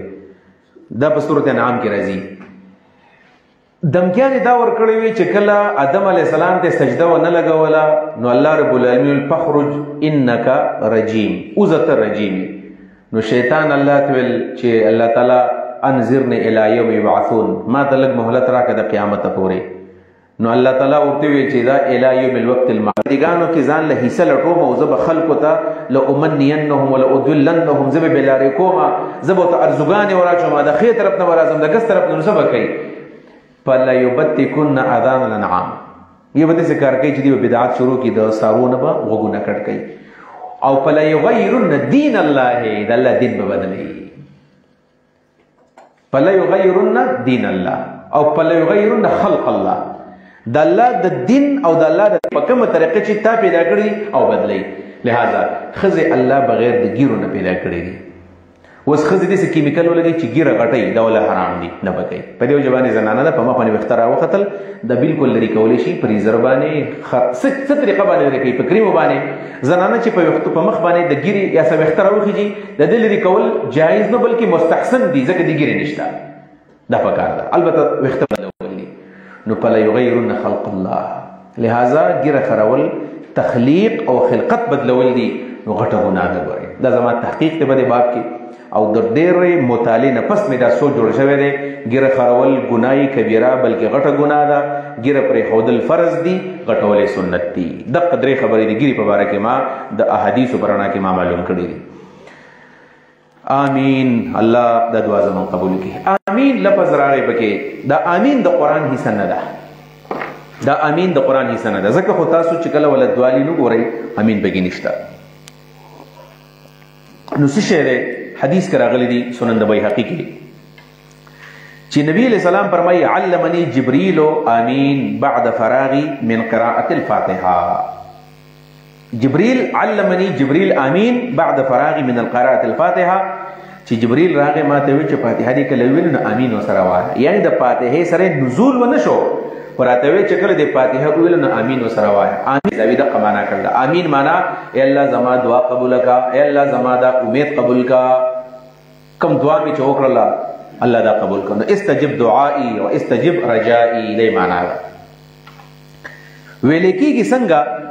نو ویل کېږي داسې چې دا درې قسمه دی. درې قسمه. دو قسمه ویل صحیح دی، یو غلط دی. یو دی آمین بالمد، آمین بالمد. یو دی امین ولا الضالین، امین. نو امین بالقصر په دې کې مد نشته. دریم نمبر دی بالتشدید آمین. نو دا غلط دی. ولې؟ آمین په معنا د قاصدین معنی دی. آمین البیت الحرام چې اراده کوي د مسجد حرام، نو آمین شد ول ورکه غلط دی. البته دا آمین لفظ هم صحیح دی او امین لفظ هم صحیح دی. که تاسو دو ورځې مخکې په درس کې کم ملګري ناستو نو موږ ویلی وو منهج تفسیر د اهل سنت والجماعت. پکې موږ ویلي وو چې د قرآن تفسیر په قرآن، په حدیث، په اقوال صحابه، اقوال تابعین او پنځم نمبر لغت عربي باندې. نو په لغت عربي کې آمین لفظ هم صحیح راغلی دی، ثابت دی، او امین هم راغلی دی. آمین چا ویلی دی؟ آمین ویلو مجنون. تاسو پیژنئ مجنون؟ مجنون لیلا چې کوم مشهور کوم داستان مشهور دی، مجنون لیلا یې خوښه وه او لیلا داسې وه او لیلا. دا مجنون چې کله د لیلا تپوس یې وکړو، دا مجنون او لیلا دا د سعودي عرب دی. ښه ماما دواسر ته پته لګي کنه؟ ریاض کې دواسر. نو دواسر کوم علاقه ده په سعودي عرب کې، نو په دغه ځای کې دا مجنون او لیلا آبادو.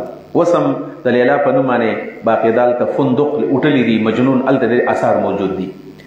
د لیلا مجنون، لیلا مالداره وه، مجنون غریب و. کله چې د دې تپوس وکړو د نکاح، د لیلا پلار والا په نکاح باندې ور نه کړله، ور یې نه کړله. خفه و، ډېر پریشان و. بیا طایف ته تللی دی، په طایف کې مړلی. هو چې کله یې وله دا جنۍ ونه کړه، دا سم لیونی و او دا شعرونه به ویلو، په دې لارو کوڅو کې به ګرځېدو. هر چا ته پته و چې مجنون څه پاګل د لیونی د لیلا په مینه کې لیونی شوی دی. نو پلار ورته ویل چې زه دې مکې ته بوځم او ته به ملتزم خواته به هلته توبه وباسي چې د دې لیلا دا مینه ستا د دې ژوند نه الله وباسي او توبه وباسي. مکې ته عمرې له بوتلو، چې کله کعبې دې دیوال ته ورنږدې کړو، ویل شا به توبه وباسه، توبه وباسه. نو وایي مجنون به اواز کوو چې الهي تبت من کل المعاصي ولكن حب لیلا لا اتوب. الله د ټولو ګناهونو توبه وباسم، خو د لیلا د مینې نه توبه نه وباسم. پلار پسې ډانګې راوشو، شابه داسې ووایي چې اللهم اسلب عني حبها. الله داسې وکړي زما د زړه نه د لیلا د مینه وباسه. داسې سوال وکړه شابه پرېږدم دې نه. نو ویل دی مجنون د ملتزم په خوا کې، د کعبې په خوا کې یو شعر وایو، یا رب لا تسلبني حبها ابدا. شاعر وکړو یا رب لا تسلبني حبها ابدا ويرحم الله عبدا قال آمینا. دا خبره وکړه الله تعالی زما د زړه نه د لیلا محبت چرته موباسا. ابي سیول ويرحم الله عبدا قال آمین. پغه بنده باندې رحم وکړه چې زما په سوال باندې آمین وینو. پلار یې په آمین مو وایسته. بس استفیر دراغه واپس نو د دلته کې مجنون آمین ویلی دی او د مجنون جبه صفا عربي ده. د قضیه استدلال کیږي چې دا آمین په عربی کې شته دی. په عربو کې خلک آمین وایي. نه یو داش استدلال باندې پوه شوئ تاسو. او درس کې سړی کله تنګ شي نو څه پکې بعضې خبرې پکې پکاري سړی لږه تازه شي که نه. د مجنون باره کې ما کتلي وو، دیوانی مجنون د کتاب لیکلی شوی دی. وایي دا طایف ته لاړو، هجرت یې وکړو، ځکه وایي چې دلته نور وخت نه تېروه. طایف ته چې کله لاړو، وایي په طایف کې بس لیلا، بس په هر وخت کې به لیلا لیلا یې دول، غټ غټ ویښتې پرېښي وو، څه لیونی غوندې څښا په څښا به ګرځېدو. ټولو خلکو ته پته و چې دا مجنون دی. خپل نوم یې خو قیس دی، خو مجنون مشهور شوی و. وایي چېرته د دې دواسر نه یو کس طایف ته تللی و. نو هلته ورته چا ویل چې د څوک لیونی دی ستاسو د علاقې نه راغلی دی څه غټ غټ ویښتې دي لیونی ګرځي په لارو کوڅو کې ناست چې دی خواله راغلی دی دا خو قیس ته لکه قیسه څنګه یې بدبخته ټولې لیونی ګرځي او ورته وایي چې بس لیلا یې رانه کړو دا په دې باندې وایي هغه ورته وایي چې خوارشي ډېر هوښیار و د دې لیلا غیبتونه یې ورته کړي وو چې د ده ته زړه تور شي ویل لیلا په تاسو کې واده یې کړی دی مزې یې کوي د بل خاوند څخه خوشحاله ده تا ځان د لیونی کړی دی او ګرځې راګرځې دیوال سر د خپل سر دیوالونه وهې به یې مه کوه داسې او هغه په تا پسې خبرې کوي چې دا څه پاگل دی ما پسې ګرځېدو راګرځېدو مجنون ده وایي مینه حقیقي وایي ده یو شعر ویلی ویل چې حلال للیلا شتمنا و انتقاصنا حلال للیلا شتمنا و انتقاصنا او هنیئا و مغفورة للیلا ذنوبها و د لیلا د پاره دا حلال لی چې ما ته کنزل کوي او ما پسې بدې ردي وایي او هنیئا د زړه نه ورته وایم بې سوال وکړو چې مغفورة للیلا ذنوبها الله یې د لیلا ټول ګناهونه معاف کړي دا د مینه وه امین لفظ په کوم ځای کې راغلی دی بالقصر نو امین یو شاعر دی دغه د جبیر بن ازبط په نوم باندې جبیر ابن ازبط په زواد او په توالي کې لیکېږي نو هغه جنګ له تللی جنګ له چې تللی نو د ده یو ملګری دی فتحل نومی دی فتحل یا فتحل د ده نوم دی نو دا جبیر بن ازبط داسې کار کړی چې کله په دې جنګ کې ګیر شوی دی نو خپل ملګري ته اواز کړی دی فتحل ته چې راشه زه ګیر شوم نو هغه ورته وایي چې په دې وخت کې زه چا خواله نه ورځم نو آواز یې کړی دی وایي تباعد عني فتحل اذ دعوته تباعد عني فتحل اذ دعوته امین فزاد الله ما بیننا بعدا سوی تباعد عني فتحل اذ دعوته چې فتحل ته مې کله آواز وکړو نورم لار رانه لرې وتښتېدو بیا سوی امین فزاد الله ما بیننا بعدا سوال یې وروسته کړی دی امین یې مخکې ویلی دی کله چې سړي ته یو سوال قبلول د ده په زړه کې چې الله یې زر قبول کړي نو امین ته یې مخکې وایي امین فزاد الله ما بیننا بعدا الله زما او د ده په منځ کې دا لرېوالی نورم راواله او امین الله د سوال زما قبول کړو نو هغه لفظ د امین ویلی دی دقه د جبیر بن ازبط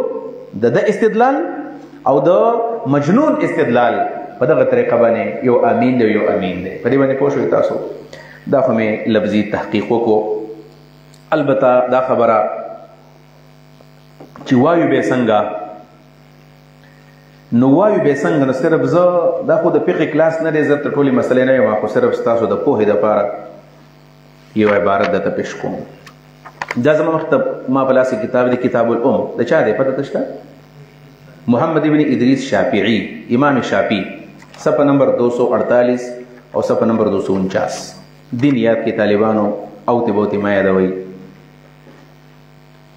امین بسنګ وایو زرته حواله در کوم او د فقه کلاس او د حدیثو کلاس نه چې سمې په پوهه کوم خو زرته خپل سوچ وایم او خو سوچ وکړئ موږ څه جوړ کړی د دین نه د امین په باره کې راغلی د امین دوه قسمه دی یو دی بالسر یو دی بالجهر یعنی په تیزه باندې ویل او په قلاره باندې ویل منگ سوایو منگ دے سوایو امین بالسر هم سنت دے امین بالجہر هم سنت دے کچا پتے زبانی اوایو هم سنت بانی عمل کو فرض نہ دے او کچا پقلار بانی اوایو هم سنت بانی عمل کو فرض کار نہ دے ای وندا کده چانه پاتې شو ول دوالین پسې امین وم نه وایو به منځو شو چې دومره اهمه مسله نه ده بیا په موږ د جګړې دومره زیاتې ولیکو دو وجې دي یا لا علمي ده او یا څه دی ضد او تعصب دی یا جهل دی یا تعصب دی دغه دوه خبرې دي دواړه طرف ته دا مسلې دي ښه بالسر ولا بالجهر ته بدرد وی بالجهر ولا بالسر ته بدرد وی نو اصل خبر سره هغه ته وایم د امین په باره کې دلیل او حدیث په سنن د ترمذی کې دی سنن ترمذی امام ترمذی رحمه الله د امین په باره کې حدیث نقل کړی دی د حضرت وائل ابن حجر رضی الله تعالی عنه صحابي ادو چې مسله معلومه وائل ابن حجر رضی الله تعالی عنه د وائل بن حجر حدیث دی د وائل بن حجر نه چې دا حدیث کله سفیان ثوری نقل کړي یو حدیث ته ګور یاد ساته په ترمذی کې دی کله چې امام ترمذی د وائل ابن حجر حدیث نقل کړي په خپل سند باندې او په دې سند کې سفیان ثوری دی یعنی د سفیان ثوری په واسطه باندې چې کله حدیث نقل کوي نو داسې وایي چې نبی علیہ السلام وویل ولا الضالین آمین ومد بها صوته. الفاظ دی یاد کړل چې نبی علیہ السلام وویل ولا الضالین آمین وی مد بها صوته. دا الفاظ دی د سفیان پر روایت کې چې کله د وائل ابن حجر نقل کوي. سفیان سند غټ سند دی، وائل ابن حجر نه کله نقل کوي. خو کله چې دا حدیث نقل کی، دا حدیث چې کله نقل کی امام ترمذی رحمت الله علیه، امام ترمذی رحمه الله، نو په اخر کې وایي چې دا حدیث څنګه چې سفیان نقل کړی دی دغه شان شعبه هم نقل کړی دی. د سفیان په شان چا نقل کړی دی؟ نو شعبه خو صدم د کلیام مولوی صاحب نه دی کنه، هم امیر المؤمنین په الحدیث دی، سفیان هم امیر المؤمنین په الحدیث دی، دواړه لوی خلک دی. و شعبه چې دا حدیث نقل کوي نو داسې وایي چې نبی علیہ السلام ویل چې ولا الضالین آمین وخفض بها صوته. دقه یو حدیث دی بل نه دی. کله چې امام ترمذی حدیث د وائل ابن حجر نقل کوي په واسطه د سفیان باندې، وی امین باندې आवाज مد بها صوته، आवाज په راخ کو، आवाज په تیز کو. خود دغه حدیث چې کله نقل کړی دی د ترمذی حدیث د وائل ابن حجر نه شعبه بن حجاج رحمه الله وی هغه څه دی چې وخفض بها رأسه، आवाज پست کو، आवाज لاندې کو. یو حدیث دی. البته امام ترمذی رحمه الله د شعبه پر روایت باندې درې اعتراضونه کړی دي، خو دغه اعتراضونه ټول کمزوري دي، دغه جوابات شوي دي. دینه معلومه دا شوه چې په سلفو کې څوک د امین بالجهر قایلو او څوک د امین بالسر قایلو. اوس د سفیان پر روایت باندې عمل کړی دی امام شافعی، امام احمد. د امام شافعی او د امام احمد هغوی د سفیان پر روایت باندې عمل کړی دی، وایي امین بالجهر چې دی غوره دی، په تیزه باندې ویل غوره دی. او د امام شعبه په حدیث باندې عمل چا کړی دی؟ امام ابو حنیفه او امام مالک. هغوی دا خفض بها صوته دا غوره دی. اوس چې کله مونږ حدیث ته ګورو د حدیث په بنیاد باندې چې په هغې باندې کلام نه دی شوی، نو بیا د شوافعو او د حنابلو رای قوي ښکاره کېږي، ځکه سند مضبوط دی، کلام پې نه دی شوی، کلام پې نه دی شوی. د سند په لحاظ باندې د شوافعو او د حنابلو رای مضبوطه ده. خبر ځان پوهیوه، تحقیق ده، ځکه سند مضبوط دی، برابر دی، سفیان د شعبه نه غوره دی. یو خو کله چې سړی ګوري مضمون په اعتبار باندې او د درایت په اعتبار باندې او د متن په اعتبار باندې، نو بیا د شعبه خبر ډېره قوي ده، څنګه چې احناف او مالکیه وایي چې امین په قلاره باندې ویل. ولې؟ وجه دا ده تحفة الاحوزی د مولانا عبدالرحمن مبارک پوري او نو اهلی دي سالم ده، نور کتابونو چې راوچت کې نو هلته کې ګوره مد بها صوته، مدن دوه معنی دي. مدن څو معنی دي؟ مد څه ته وایي؟ تاسو مد څه ته وایي؟ راښکلو ته وایي که نه؟ مد یعنی آمین یو بالمد یعنی آمین آواز راښکل، او قصر معنی امین. لہذا د مد بها صوته یو معنی ده مد بها صوته، آواز یې راښ کو. څنګه؟ لکه خلک وایي که نه غیر المغضوب علیهم ولا الضالین آمین. خبر مو اورېدله؟ आवाज مې راښ کو که نه؟ یا نبی علیہ السلام د آواز راښ کو آمین، آواز راښ کو. یو معنی د دې مد بها صوته دا ده. دویمه معنی دا ده چې مد بها صوته معنی رفع بها صوته، آواز یې اوچت کو. ولا الضالین آمین، نو دا تیز وایو. نو آمین کې مد دی، راښکلو ته م وایي، اوچتولو ته م وایي. لہذا دوه احتماله پکې دي. اوس که شوافع او حنابله هغوی ته دا احتمال اخلي چې دلته د مد نه مراد رفع ده، موږ د مد نه مراد بل معنا کو احتمال څه دی؟ راښکل دي. نو تام تاویل وکړو، مام تاویل وکړو. پیغمبر خو نه دی ویلي که نه چې تیز یې وایه؟ ویلي دي. که پیغمبر ویلي وي چې تیز یې وایه، موږ په قلاره ویلی بیا. یا د وائل ابن حجر صحابي ویلي دي چې پیغمبر تیز وایو؟ نه، هغه هم نه دي ویلي. یا د صحابي ویلي دي چې په قلاره باندې وایي؟ نه صحابي ویلي دي نه پیغمبر ویلي دي. دومره زور ولې ورکوي چې خامخې تیز وی او خامخا مسئلې پکې پیدا کوي. معلومیږي دا چې دلته کې خو تا دین نه دی یاد کړی که نه، ضد په بنیاد باندې لګوي، تعصب په بنیاد باندې لګوي. او یو ځای کې رواج دی لکه سعودي کې یو بل ځای کې نو خلک یې وایي بس ټیک ده وایي که نه.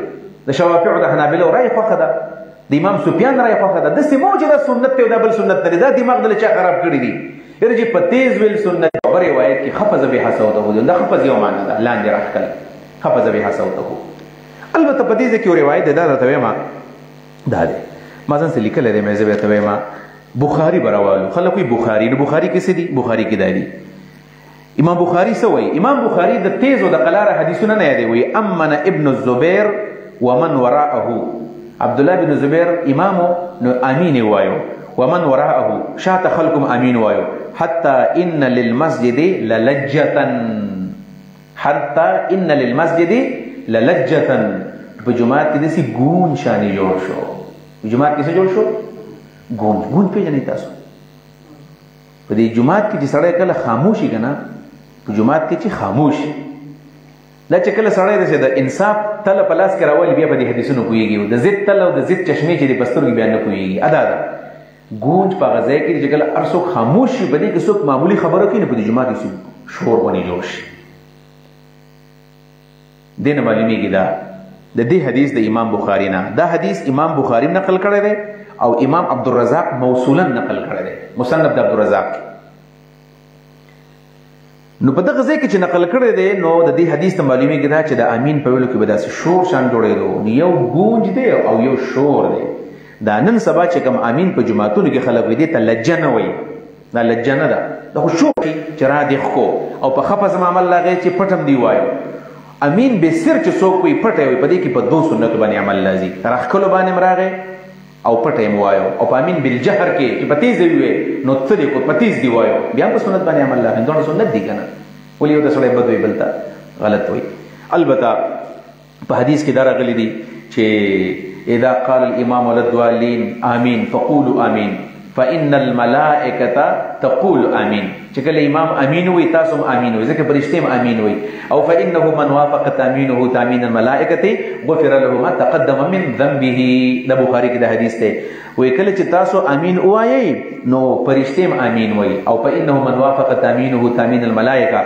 د چا امین چې د فرشتو د امین سره موافق شي نو تقدم غفر له ما تقدم من ذنبه مخکې ګناهونه معاف کېږي د فرشتو د امین څخه چې د چا امین موافقه راغله نو دا هم د احنافو دلیل په دې معنا باندې دی چې د فرشتو امین څوک نه اوري پوهېږې په خبره باندې په امین ویلو کې موافقه ده او د امین په ویلو کې کوم کیفیت دی نو دا هم د امین بستر دپاره دلیل ګرځېدی شي په دې وجه باندې دې خبرو داسې زور ورکول او په جماعتونو کې په تیزه تیزه باندې ویل دا والله عالم هیڅ قسم ضد مې نشته دی خو دا کم امین چې په جماعتونو کې په کوم تیز ویلې کېږي نو دا ماته سنت نه ښکاره کېږي هغه حنیف صاحب چې کله په دې باندې بحث کوي یو امین بالجهر دی یو امین بالسر دی بل امین بالشر دی امین بالشر مطلب دا چې بشر جوړول په تیزه باندې ویم په دې تاسو که تفهیم ته تللي تفهیم ته نږدې یو کلی د بغداد ورته وایي بغداد په هغه بغداد کې یو مولانا صاحب د مولانا ګوررحمان په لومبي شاګردانو کې د مولانا عجب خان صاحب وصفات تنظیمي د تحریک اسلامي او تنظیم جوړ شوی په هغې کې وه موږ به هلته وو روژه وه نو په هغه جماعت کې اهل ملګري وو یو څو او د ده زوم او هغه به هم امین وایو نو په تیزه باندې وایو په کلي کې جګړه شروع شوله او خلک راغلی او تراویح وې ځکه ماشومانو له به خوند ورکوو نو خلک راغلي ټوپکې راوړی وې او د جومات چت ته ختلي ویل که نن چې امین ووایو ویل د وینې به وینې چې څومره د وینې څومره اوس خلکو نه تویږي د امین په ویلو باندې خلکو ټوپکې راوړي دا چا د دې مولیانو دې ځای ته را خلک ورسول په دې ځای کې ما چې کوم کتاب راوړی دی دا کتاب الام د کم غرض د پاره نظر تاغویم سوی صفحه نمبر 249 249 قال الشافعي رحمه الله وی فاذا فرغ الامام من قراءة ام القرآن چې کله امام د قراءت د فاتحه نوزګار شي قال امین لري امین وی ولدوالین پس دی امین وی ورفع بها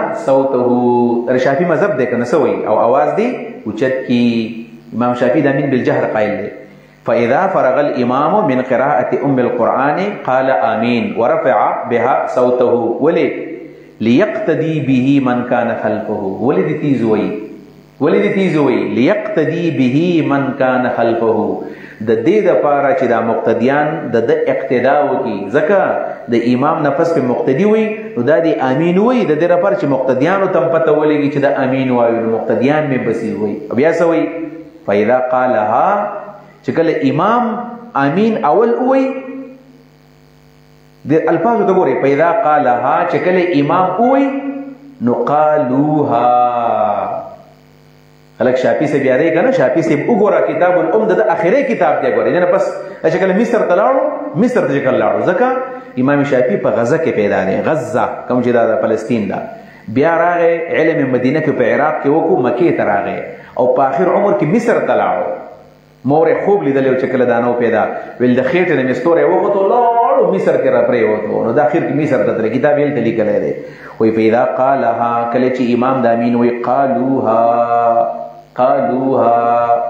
مقتدیان به موي امام به پتی زوی کې په قلاره سو امام شافعي سے پتی زبه وی رفع بها صوته مقتدیان به موي وسبقي واسمعوا انفسهم ځان ته به واوري واسمعوا انفسهم دا مقتدیان به چاته واوري ولې دی امام چې تیز وایو د دې لپاره تیز وایو چې د مقتدیان واوري امین پسې تیز وایي خو مقتدیان چې تیز وایي نو چاته اوري لہذا چاته اوري نو دومره د تیزو چې ځان ته واوري امین په قلار دی وایي تقدر شافعي په تحقیق دی نو که تاسو بل معلومات یې وایي دغه تحقیق د امام شافعي د کتاب الام کې تاسو کته شي دا ما چې دا کار کتاب کړی دا کتاب الام د امام شافعي رحمه الله دی دا کتاب الام او جلد نمبر سره جلد نمبر 2 د امام شافعي رحمه الله او بیا سوي ولا احب ان يجهروا بها ولا احب ان يجهروا بها دا نه خو چې مقتدیان دي پتی زبان امین وي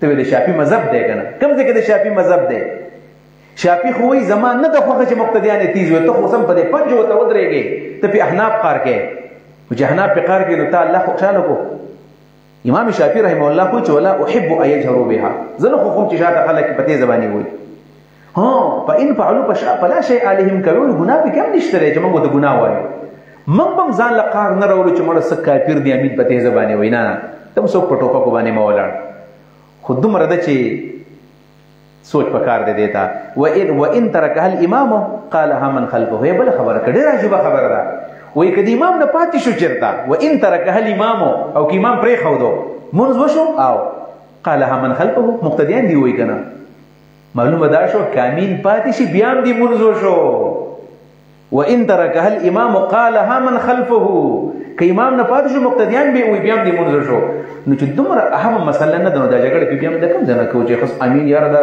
په دې ځبانه زمونږ وای کنه یاره د سنت مطابق مونږ دی بل د فقه مطابق مونږ دی دا خبر غلطه ده دا متر شافعي سي نور د حناف دلایل ځکه نه چې خاص تاسو معلوم دي خدا مې ته دی احتیاط ونه خبرو ما تاسو ته وکړه امین الله دې زموږ د دعا قبول کړي دې پورې سورۃ الفاتحه ختم شولا البته یو عبارت ورته پکې بیانوه یا الله خیر دا زما سره فتاوا دا مجموع فتاوا ابن تیمیہ جلد نمبر 22 نمبر جلد او دا د الفقه الصلاه دو قسم موضوعات د فقه او د منځ پدې کې په صفحه نمبر 294 95 96 باندې د فاتحه مسله دا نو زه دا لګ بیانوم دلایل ما در تمخ کې وی چې دا سره فقه کلاس نه د حدیث نه د ټول دلایل نه مو صرف چې مسله ښکار شي بس دقه باس کوم فاتحه ویل څنګه دی د فاتحه په اړه کې د امام شافعي رائے دار چې دا فرض دی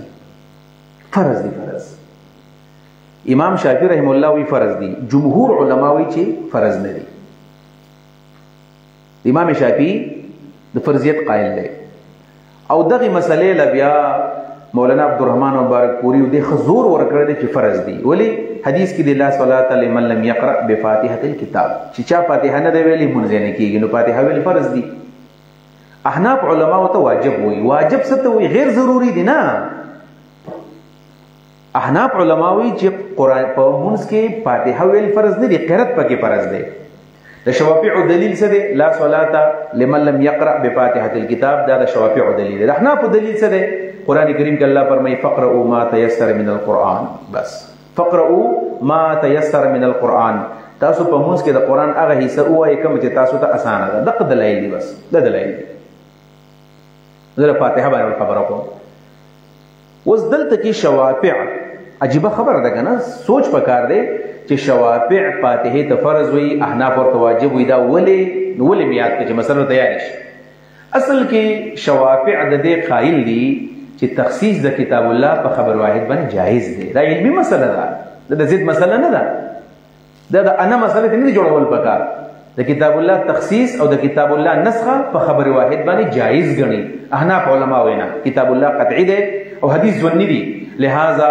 احناف وی چې تخصیص د کتاب الله په خبر واحد باندې جایز نه دی نو سوی وی ګورو با که حدیث او قران موافق او عمل په دوه باندې وکړو کنو نو کتاب الله به عمل وکړو او حدیث په پاتې شي ځکه قران مقدم دی په دې وجه باندې دقه اصل کی خبر او جماعت تاسو وکړه په دې خبرونو کو بځې پر اقدام اوس بزوبل طرف ته دا مسله هم نمبر ده نور بزان په کتابونو کې ګوري ما صرف دلیل وایو اوس راځو دی لا چې زه ټیک د فاتحه خو په مونږ کې فرض او یا واجب د خدان نه مسله ده خو په مونږ کې بسړای سکی په مونږ کې چې کله په امام پسې ولاړ دی او دې ته وایي فاتحه خلف الامام بعض خلک د خلف الامام نه خلفه ظروف تی ظروف مبنیات تی خلف مبنی بر فتحه فاتحه خلف الامام اوس چې کله امام پسې شاته ولاړ نو فاتحه به وې کنه به یعنی دا فاتحه فرض او واجب د امام د پاره ده او که د امام او د مقتدی د دواړو د پاره ده په خبر باندې نو احناف علما وایي فاتحه واجب ده صرف د امام د پاره د مقتدی د پاره واجب نه ده شوافی سوی فاتحه فرض د امام د پاره هم ده او د مقتدی د پاره هم فرض ده لہذا فاتحه خلف الامام د شوافع په مسلک کې امام به هم فاتحه وي مقتدی به هم فاتحه وي دواړه وي امام به الحمدلله وي مقتدی به وي شاته به دواړه امام لګي او مقتدی هم لګي د شوافع راي ده درې امامان سوي درې امامان څوک دي امام احمد بن حنبل امام مالک او امام ابو حنیفه دا درې امامان د سوي چې نه امام به فاتحه وي مقتدی په شاته وي دا کومه مسله ده امام به فاتحه وی مقتدی بسکه وقت بگدی بیا د احناف او د احمد او د مالک په مذهب کې فرق دی چې احناف وی کدا مون سری دی او کدا جهری دی کدا ماسپخین مونږ دی او کدا ساری مونږ دی په ټولو کې امام لګي مقتدی په پټ ولاړی چپ ولاړی امام احمد او امام مالک وی چې نه چې کوم مونږ امام په جهر باندې وایو نو امام به وی مقتدی به خاموشي او کوم مونږ چې امام پټ پټ وایو نبی مقتدی به هم وي وسره دغه د امام مالک مذهب دی او دغه د امام احمد مذهب دی اوس پوه شوي تاسو دا مې درته مذاهب بیان کړل چې امام کله قرت په تیز باندې کو نو مقتدی به چپی او که امام په قلاره باندې قرت کو لکه د ماسپخین مازیګر مونږ وایو نو بیا به امام به ځان لوي او مقتدی به ځان لوي ولی د احناف او د حنابلة او د شوا او د مالکی اوس دلیل دی اذا قرئ القرآن فاستمعوا له وانصتوا کله چې قرآن ویل کېږي غوږ وته کې دی چوپ شي نو حنابلة مالکی وی قرآن چې امام وی مقتدیان به ته غوږ کې دی چوپ شي اوس امام هم لګیا دی مقتدیم لګیا دی نو بیا خو نه غوږ کې خودونه چوپ شو دا دلیل دی البته بیا مسله دا چې کله سری مونږ دی نو امام احمد امام مالک او د امام ابو حنیفه شاګرد امام محمد ابن حسن شیبانی دی وی چې امام کله پټ پټ مونږ کوي نو اوس خو غوږم نه خودل کېږي چپ کېدې نشي کنه چپکه کې به ال چې غوږ کې دي چې امام پټ لګیا دونه څنګه غوږ دی لہذا په سری مونږ کې دی بیا مقتدی هم وي امام دی هم زم دغه شان کومه چې کم مونږ کې امام په تیز زبانه قرت کوي نو زه بیا فاتحه نه وایم دغه مسلک د سابق سے هم دغه خبره کوله زموږ استادانو مولانا ګوهر رحمان سے هم دغه کوله موږ مشایخ هم دغه خبره کوي او چې کله امام په قلار باندې مونږ وي ماسپخین مازیګر بیا په زمنګ فاتحه وایو بیا مستحب دوای پس ځکه ناوري دی کیږي چې ناوري دی کیږي نو بیا به سیویل جایز دي اوس خبره ده ای مذاهب بیان کړل دلایل د ټول نه ما ځکه دا خبره وډیږي خودم ردا چې بده کې د ټول نه غوړه مسلک د احادیث پرانا کې او د اقوالو د ائمه السلف پرانا کې غوړه راي کوم ده موږ ته چې کوم غوړه او متناسب او مناسب متوازن راي ښکاری غدا چې فاتحه ویل واجب دي قرات کول فرض دي یو دیم نمبر فاتحه خلف الامام دا نه واجب ده او نه فرض ده چې کله جهري مونږ ده نو خاموش پاتې کېدل پکار دي او چې کله سری مونږ نه ویلې مستحب دي ولې حدیث کې راغلي دي جابر ابن عبد الله فرمایي چې نبی علیہ السلام فرمایي چې من کان له امام فقراءة الامام له قراءة من کان له امام فقراءة الامام له قراءة د چا چې امام وي د امام قرات د مقتدی لپاره دی بس امام چې لګیا دی د امام قرات د مقتدی لپاره کافی دی دغه زمون دلیل دی من کان له امام فقراءة الامام له قراءة بس پوه شئ تاسو لہذا امام چې کله په جهر باندې قرات کوي مقتدیان دی او ته خاموش پاتې شي دا مذهب د چا دی نو دا واوره دا راته وایم بیا په دې حدیث باندې خبره کوم دا مجموع فتاوا د شیخ الاسلام ابن تیمیه دا مخکې یو بحث یې کړی دی بیا وایي وهذا مثل تنازعهم في قراءة الفاتحة خلف الامام حال الجهر.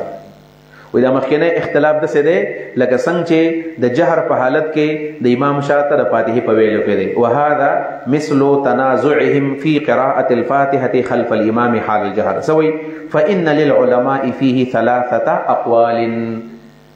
د فاتحه خلف الامام په باره کې د علماء 3 قول دي. کم قیل یو رای دا ليس له ان يقرأ حال جهر الامام اذا كان يسمع. ليس له د مقتدی لپاره نه دی جایز ان يقرأ حال جهر الامام چې د امام د جهر په حالت کې قرأت وکي اذا كان يسمع چې کله اوري یعنی کم د ساری مونږ دی د ماښام ماسوتن لومبي 2 رکعات دي لا بالفاتحه ولا غیرها نه به فاتحه وي نه به بل سوي بس چې امام کله قرأت کوو نو دا به نه وي ودا چا رای دا احناف او احناف. وهذا قول الجمهور من السلف والخلف. وهذا قول الجمهور من السلف والخلف. دا جمهور سلف خلف رای ده ها په خواني ورستنی د جمهور رای ده. وهذا مذهب مالك واحمد وابي حنيفه وغيرهم. دا مالک مذهب دی دا احمد مذهب دی دا ابو حنیفه مذهب دی.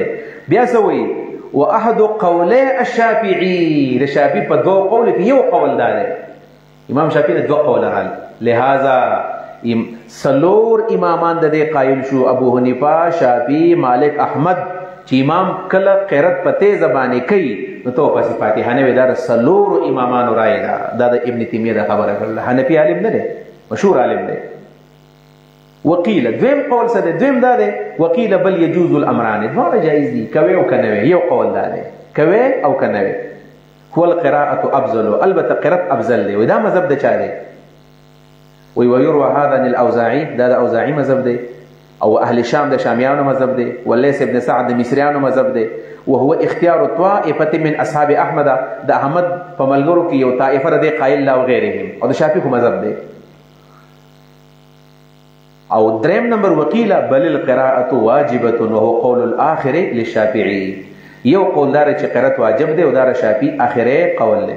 وقول الجمهور دلائل ویلی دي بیا خپل خبره سکی. وقول الجمهور هو الصحيح فإن الله سبحانه وتعالى قال وإذا قرئ القرآن فاستمعوا له وأنصتوا لعلكم ترحمون. وي په دې 3 رایو کې د جمهور قول ډیر صحیح دی ځکه قرآن کې الله فرمایي چې قرآن ویل کېږي چپم شي او خاموشم شي واوري. او بیا قال احمد اجمع الناس على انها نزلت في الصلاه. احمد وی چې د امت اجماع ده چې دا آیت د منص په باره کې راغله ده. او بل حدیث کې سدي حدیث کې دادي وقد ثبت في الصحيح من حديث ابي موسى عن النبي صلى الله عليه وسلم قال انما جعل الامام ليؤتم به فاذا كبر فكبروا واذا قرأ فانصتوا. بل دا چې په حدیث کې دي چې امام به اقتدا کې چې کله الله اکبر وي تبم وي واذا قرأ فانصتوا کله چې امام قرأت کې ته خاموش شه. دا نبی له سلام فرمایي. او بیا وی چې واذا كبر وركع فكبروا واركعوا فإن الامام يركع قبلكم ويرفع قبلكم فتلك بتلك. دا حدیث دی. نور وګد بحثونه کړلی په دې وجبانه موږ تم دارای غورخ کار کیږي چې کله امام په جهر باندې قرأت کوي نو تواورا او چې امام کله پټ لګیا نو تی بیا وایا. البته دې حدیث باندې علما ورت کړی دي نو په دې باندې لږ بحث کوم. دې حدیث باندې دا خالص علمی نقطه ده نو دا تاسو یادم کوي الله دې وکړي تاسو یاد شي چې دا کوم حدیث ته چې من کان له امام فقراءه الامام له قراءه. دا من کان له امام فقراءه الامام له قراءه دا حدیث ته په دې باندې په موتاګانو کې درغلي کتابونو کې مشته. دا حدیث د چا دی؟ دا د جابر ابن عبد الله نه نقل دی. جابر ابن عبد الله نه د دې په سند کې څوک دی؟ مالک ابن اسماعیل هغه نقل کړی دی د حسن بن صالح نه. هغه نقل کړی دی د ابو زبیر نه او ابو زبیر نقل کړی دی د جابر ابن عبد الله نه.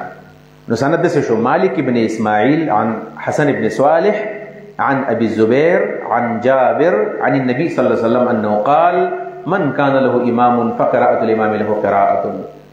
چې نبی له سلام فرمایي چې د چا امام وي د امام قرأت د مقتدی لپاره کافی دی. دا حدیث دی. په دې حدیث باندې یو اعتراض شوی دی.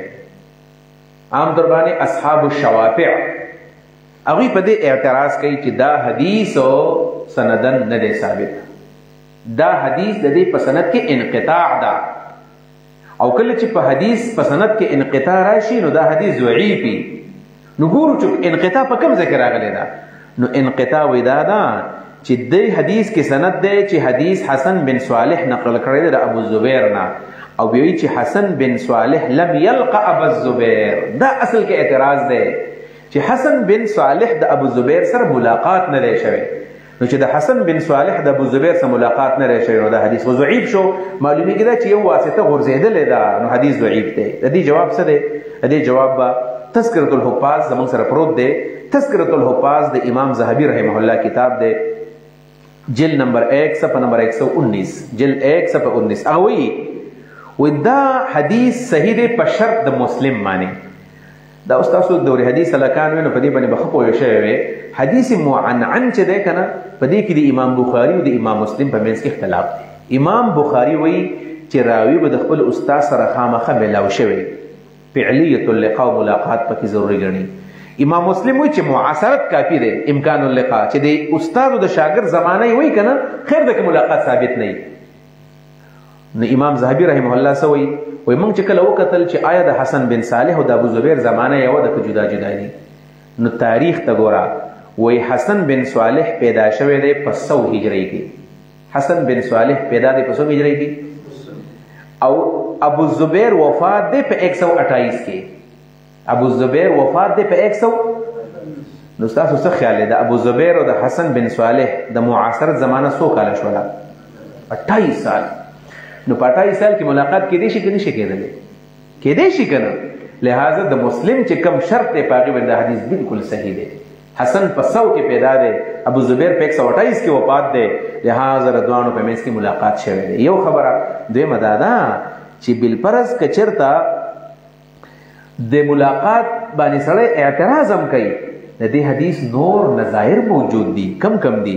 فتح القدیر کې دا دی احمد، دا حدیث احمد بن منیع نقل کړی د اسحاق نه، اسحاق نقل کړی د سفیان نه، سفیان نقل کړی د موسی بن ابي عائشه نه، او موسی بن ابي عائشه نقل کړی د عبد الله بن شداد نه، هغه د جابر نه. نو بل سند موجود دی، احمد بن منیع، اسحاق ازرق، سفیان، موسی بن ابي عائشه، عبد الله بن شداد او جابر. بل په مسند احمد کې دا حدیث شته دی. موسی بن ابي عائشه حدیث نقل کړی د عبد الله بن شداد نه، او عبد الله بن شداد د جابر نه نقل کړی دی. لہذا د دې نور نظایر موجود دي. په دې بنیاد باندې دا مسله هم د قشانې مسله ده. د احنافو مسله لږه په دې کې خطرناک او تیزه ده چې احناف علما بالکل نه مني، خاص کر زمونږ تبلیغ ولا ورونه هغه خلک منع کوي چې تاسو به د امام شاته بالکل فاتحه نه وایئ. عامطور سړی سروزه کې لاړ شي ناګور دا مسله یادوي چې امام که د ساري مونځ کوي، که د ماسپښین مونځ کوي، که د مازدیګري مونځ کوي، نو تاسو فاتحه به نه وایئ. او دلیل هغه د احنافو د کتابونو پیش کوي چې امام فاتحه وایي. نو په دې موطا محمد کې حدیث دی چې څوک د امام شاته فاتحه وایي نو په خوله کې ورسکروټه ورکول پکار دي. ګوره دا خو ډېره غلطه خبره ده. نو د احنافو مذهب په دې کې څه دی؟ یاد ساتئ، د احنافو په دې کې 2 مذهب دي. احناف په دې کې څو مذهب دي؟ 2. یو مذهب دقه دی چې نه په سرن کې وي نه په جهرن کې وي، څنګه چې زمونږ د فقه کتابونه لیکلي دي، وی حرام دي. د حناف مذهب دا دی فاتحه خلف الامام حرام دی، نه به وي، ګناهګاریږي. لیکن سابق سے چې کله مسله ویله دی لیکن نه به زور کو، لیکن دا معنا ده چې د دې امام ابو حنیفه یو شاګرد دی، دا غره امام محمد بن حسن بن فرقد شیبانی. امام محمد د احنافو کتابونه چا لیکلي؟ امام محمد. 6 کتابونه د احنافو دي، هغه ټول د امام محمد لیکلي. جامع الصغیر، جامع الکبیر، السیر الصغیر، السیر الکبیر، المبسوط چې د هغې کتاب الاصل نوم دی، او زیادات. 6 کتاب دي د امام محمد لیکلي دي. په دې 6 کتابونو کې هم دغه مسله ده چې په امام پسې فاتحه نه وي. مسله دا ده دې ته ویل کېږي څه ته وایي؟ ظاهر الروایه. ظاهر الروایه. لیکن امام محمد یو شاګرد دی او دا غنوم د امام ابو حفص کبیر. ابو حفص 2 دي، یو صغیر دی یو کبیر، یو ماشوم یو مشر. امام ابو حفص کبیر چې امام محمد شاګرد دی هغه وایي چې امام محمد ویلی مونږ ته چې امام ابو حنیفه به ویل امام محمد وایي چې امام ابو حنیفه به ویلو چې په جهري منځ کې به امام فاتحه وایي مقتدي به غوږ خو دی خو چې کله سري منځ دی امام پټ پټ منځ وایي نو مقتدي پسې قرات بیا کولی شي دا مذهب د امام محمد دی او دا د ابو حفص کبیر دی او دا مسله په هدايه کې شته ها هدايه راوالي ما زه به راوړم ما نه پاتې شولا کتاب الصلات کې په هدايه کې دا مسله موجود ده چې د امام ابو حنیفه مذهب دا دی خو د امام محمد رای دا ده چې په سري منځ کې مقتدي په امام پسې فاتحه ویلې شي لہذا دغه مسله مونږ ته د دلایل پر انا کې ورخ کړيږي چې په جهري منځ کې فاتحه موایا او په سري منځ کې فاتحه وایا امين الله د دعا زموږ قبول کړي ولس مې ټوکو کې نبي ان شاء الله سورۃ بقره وایو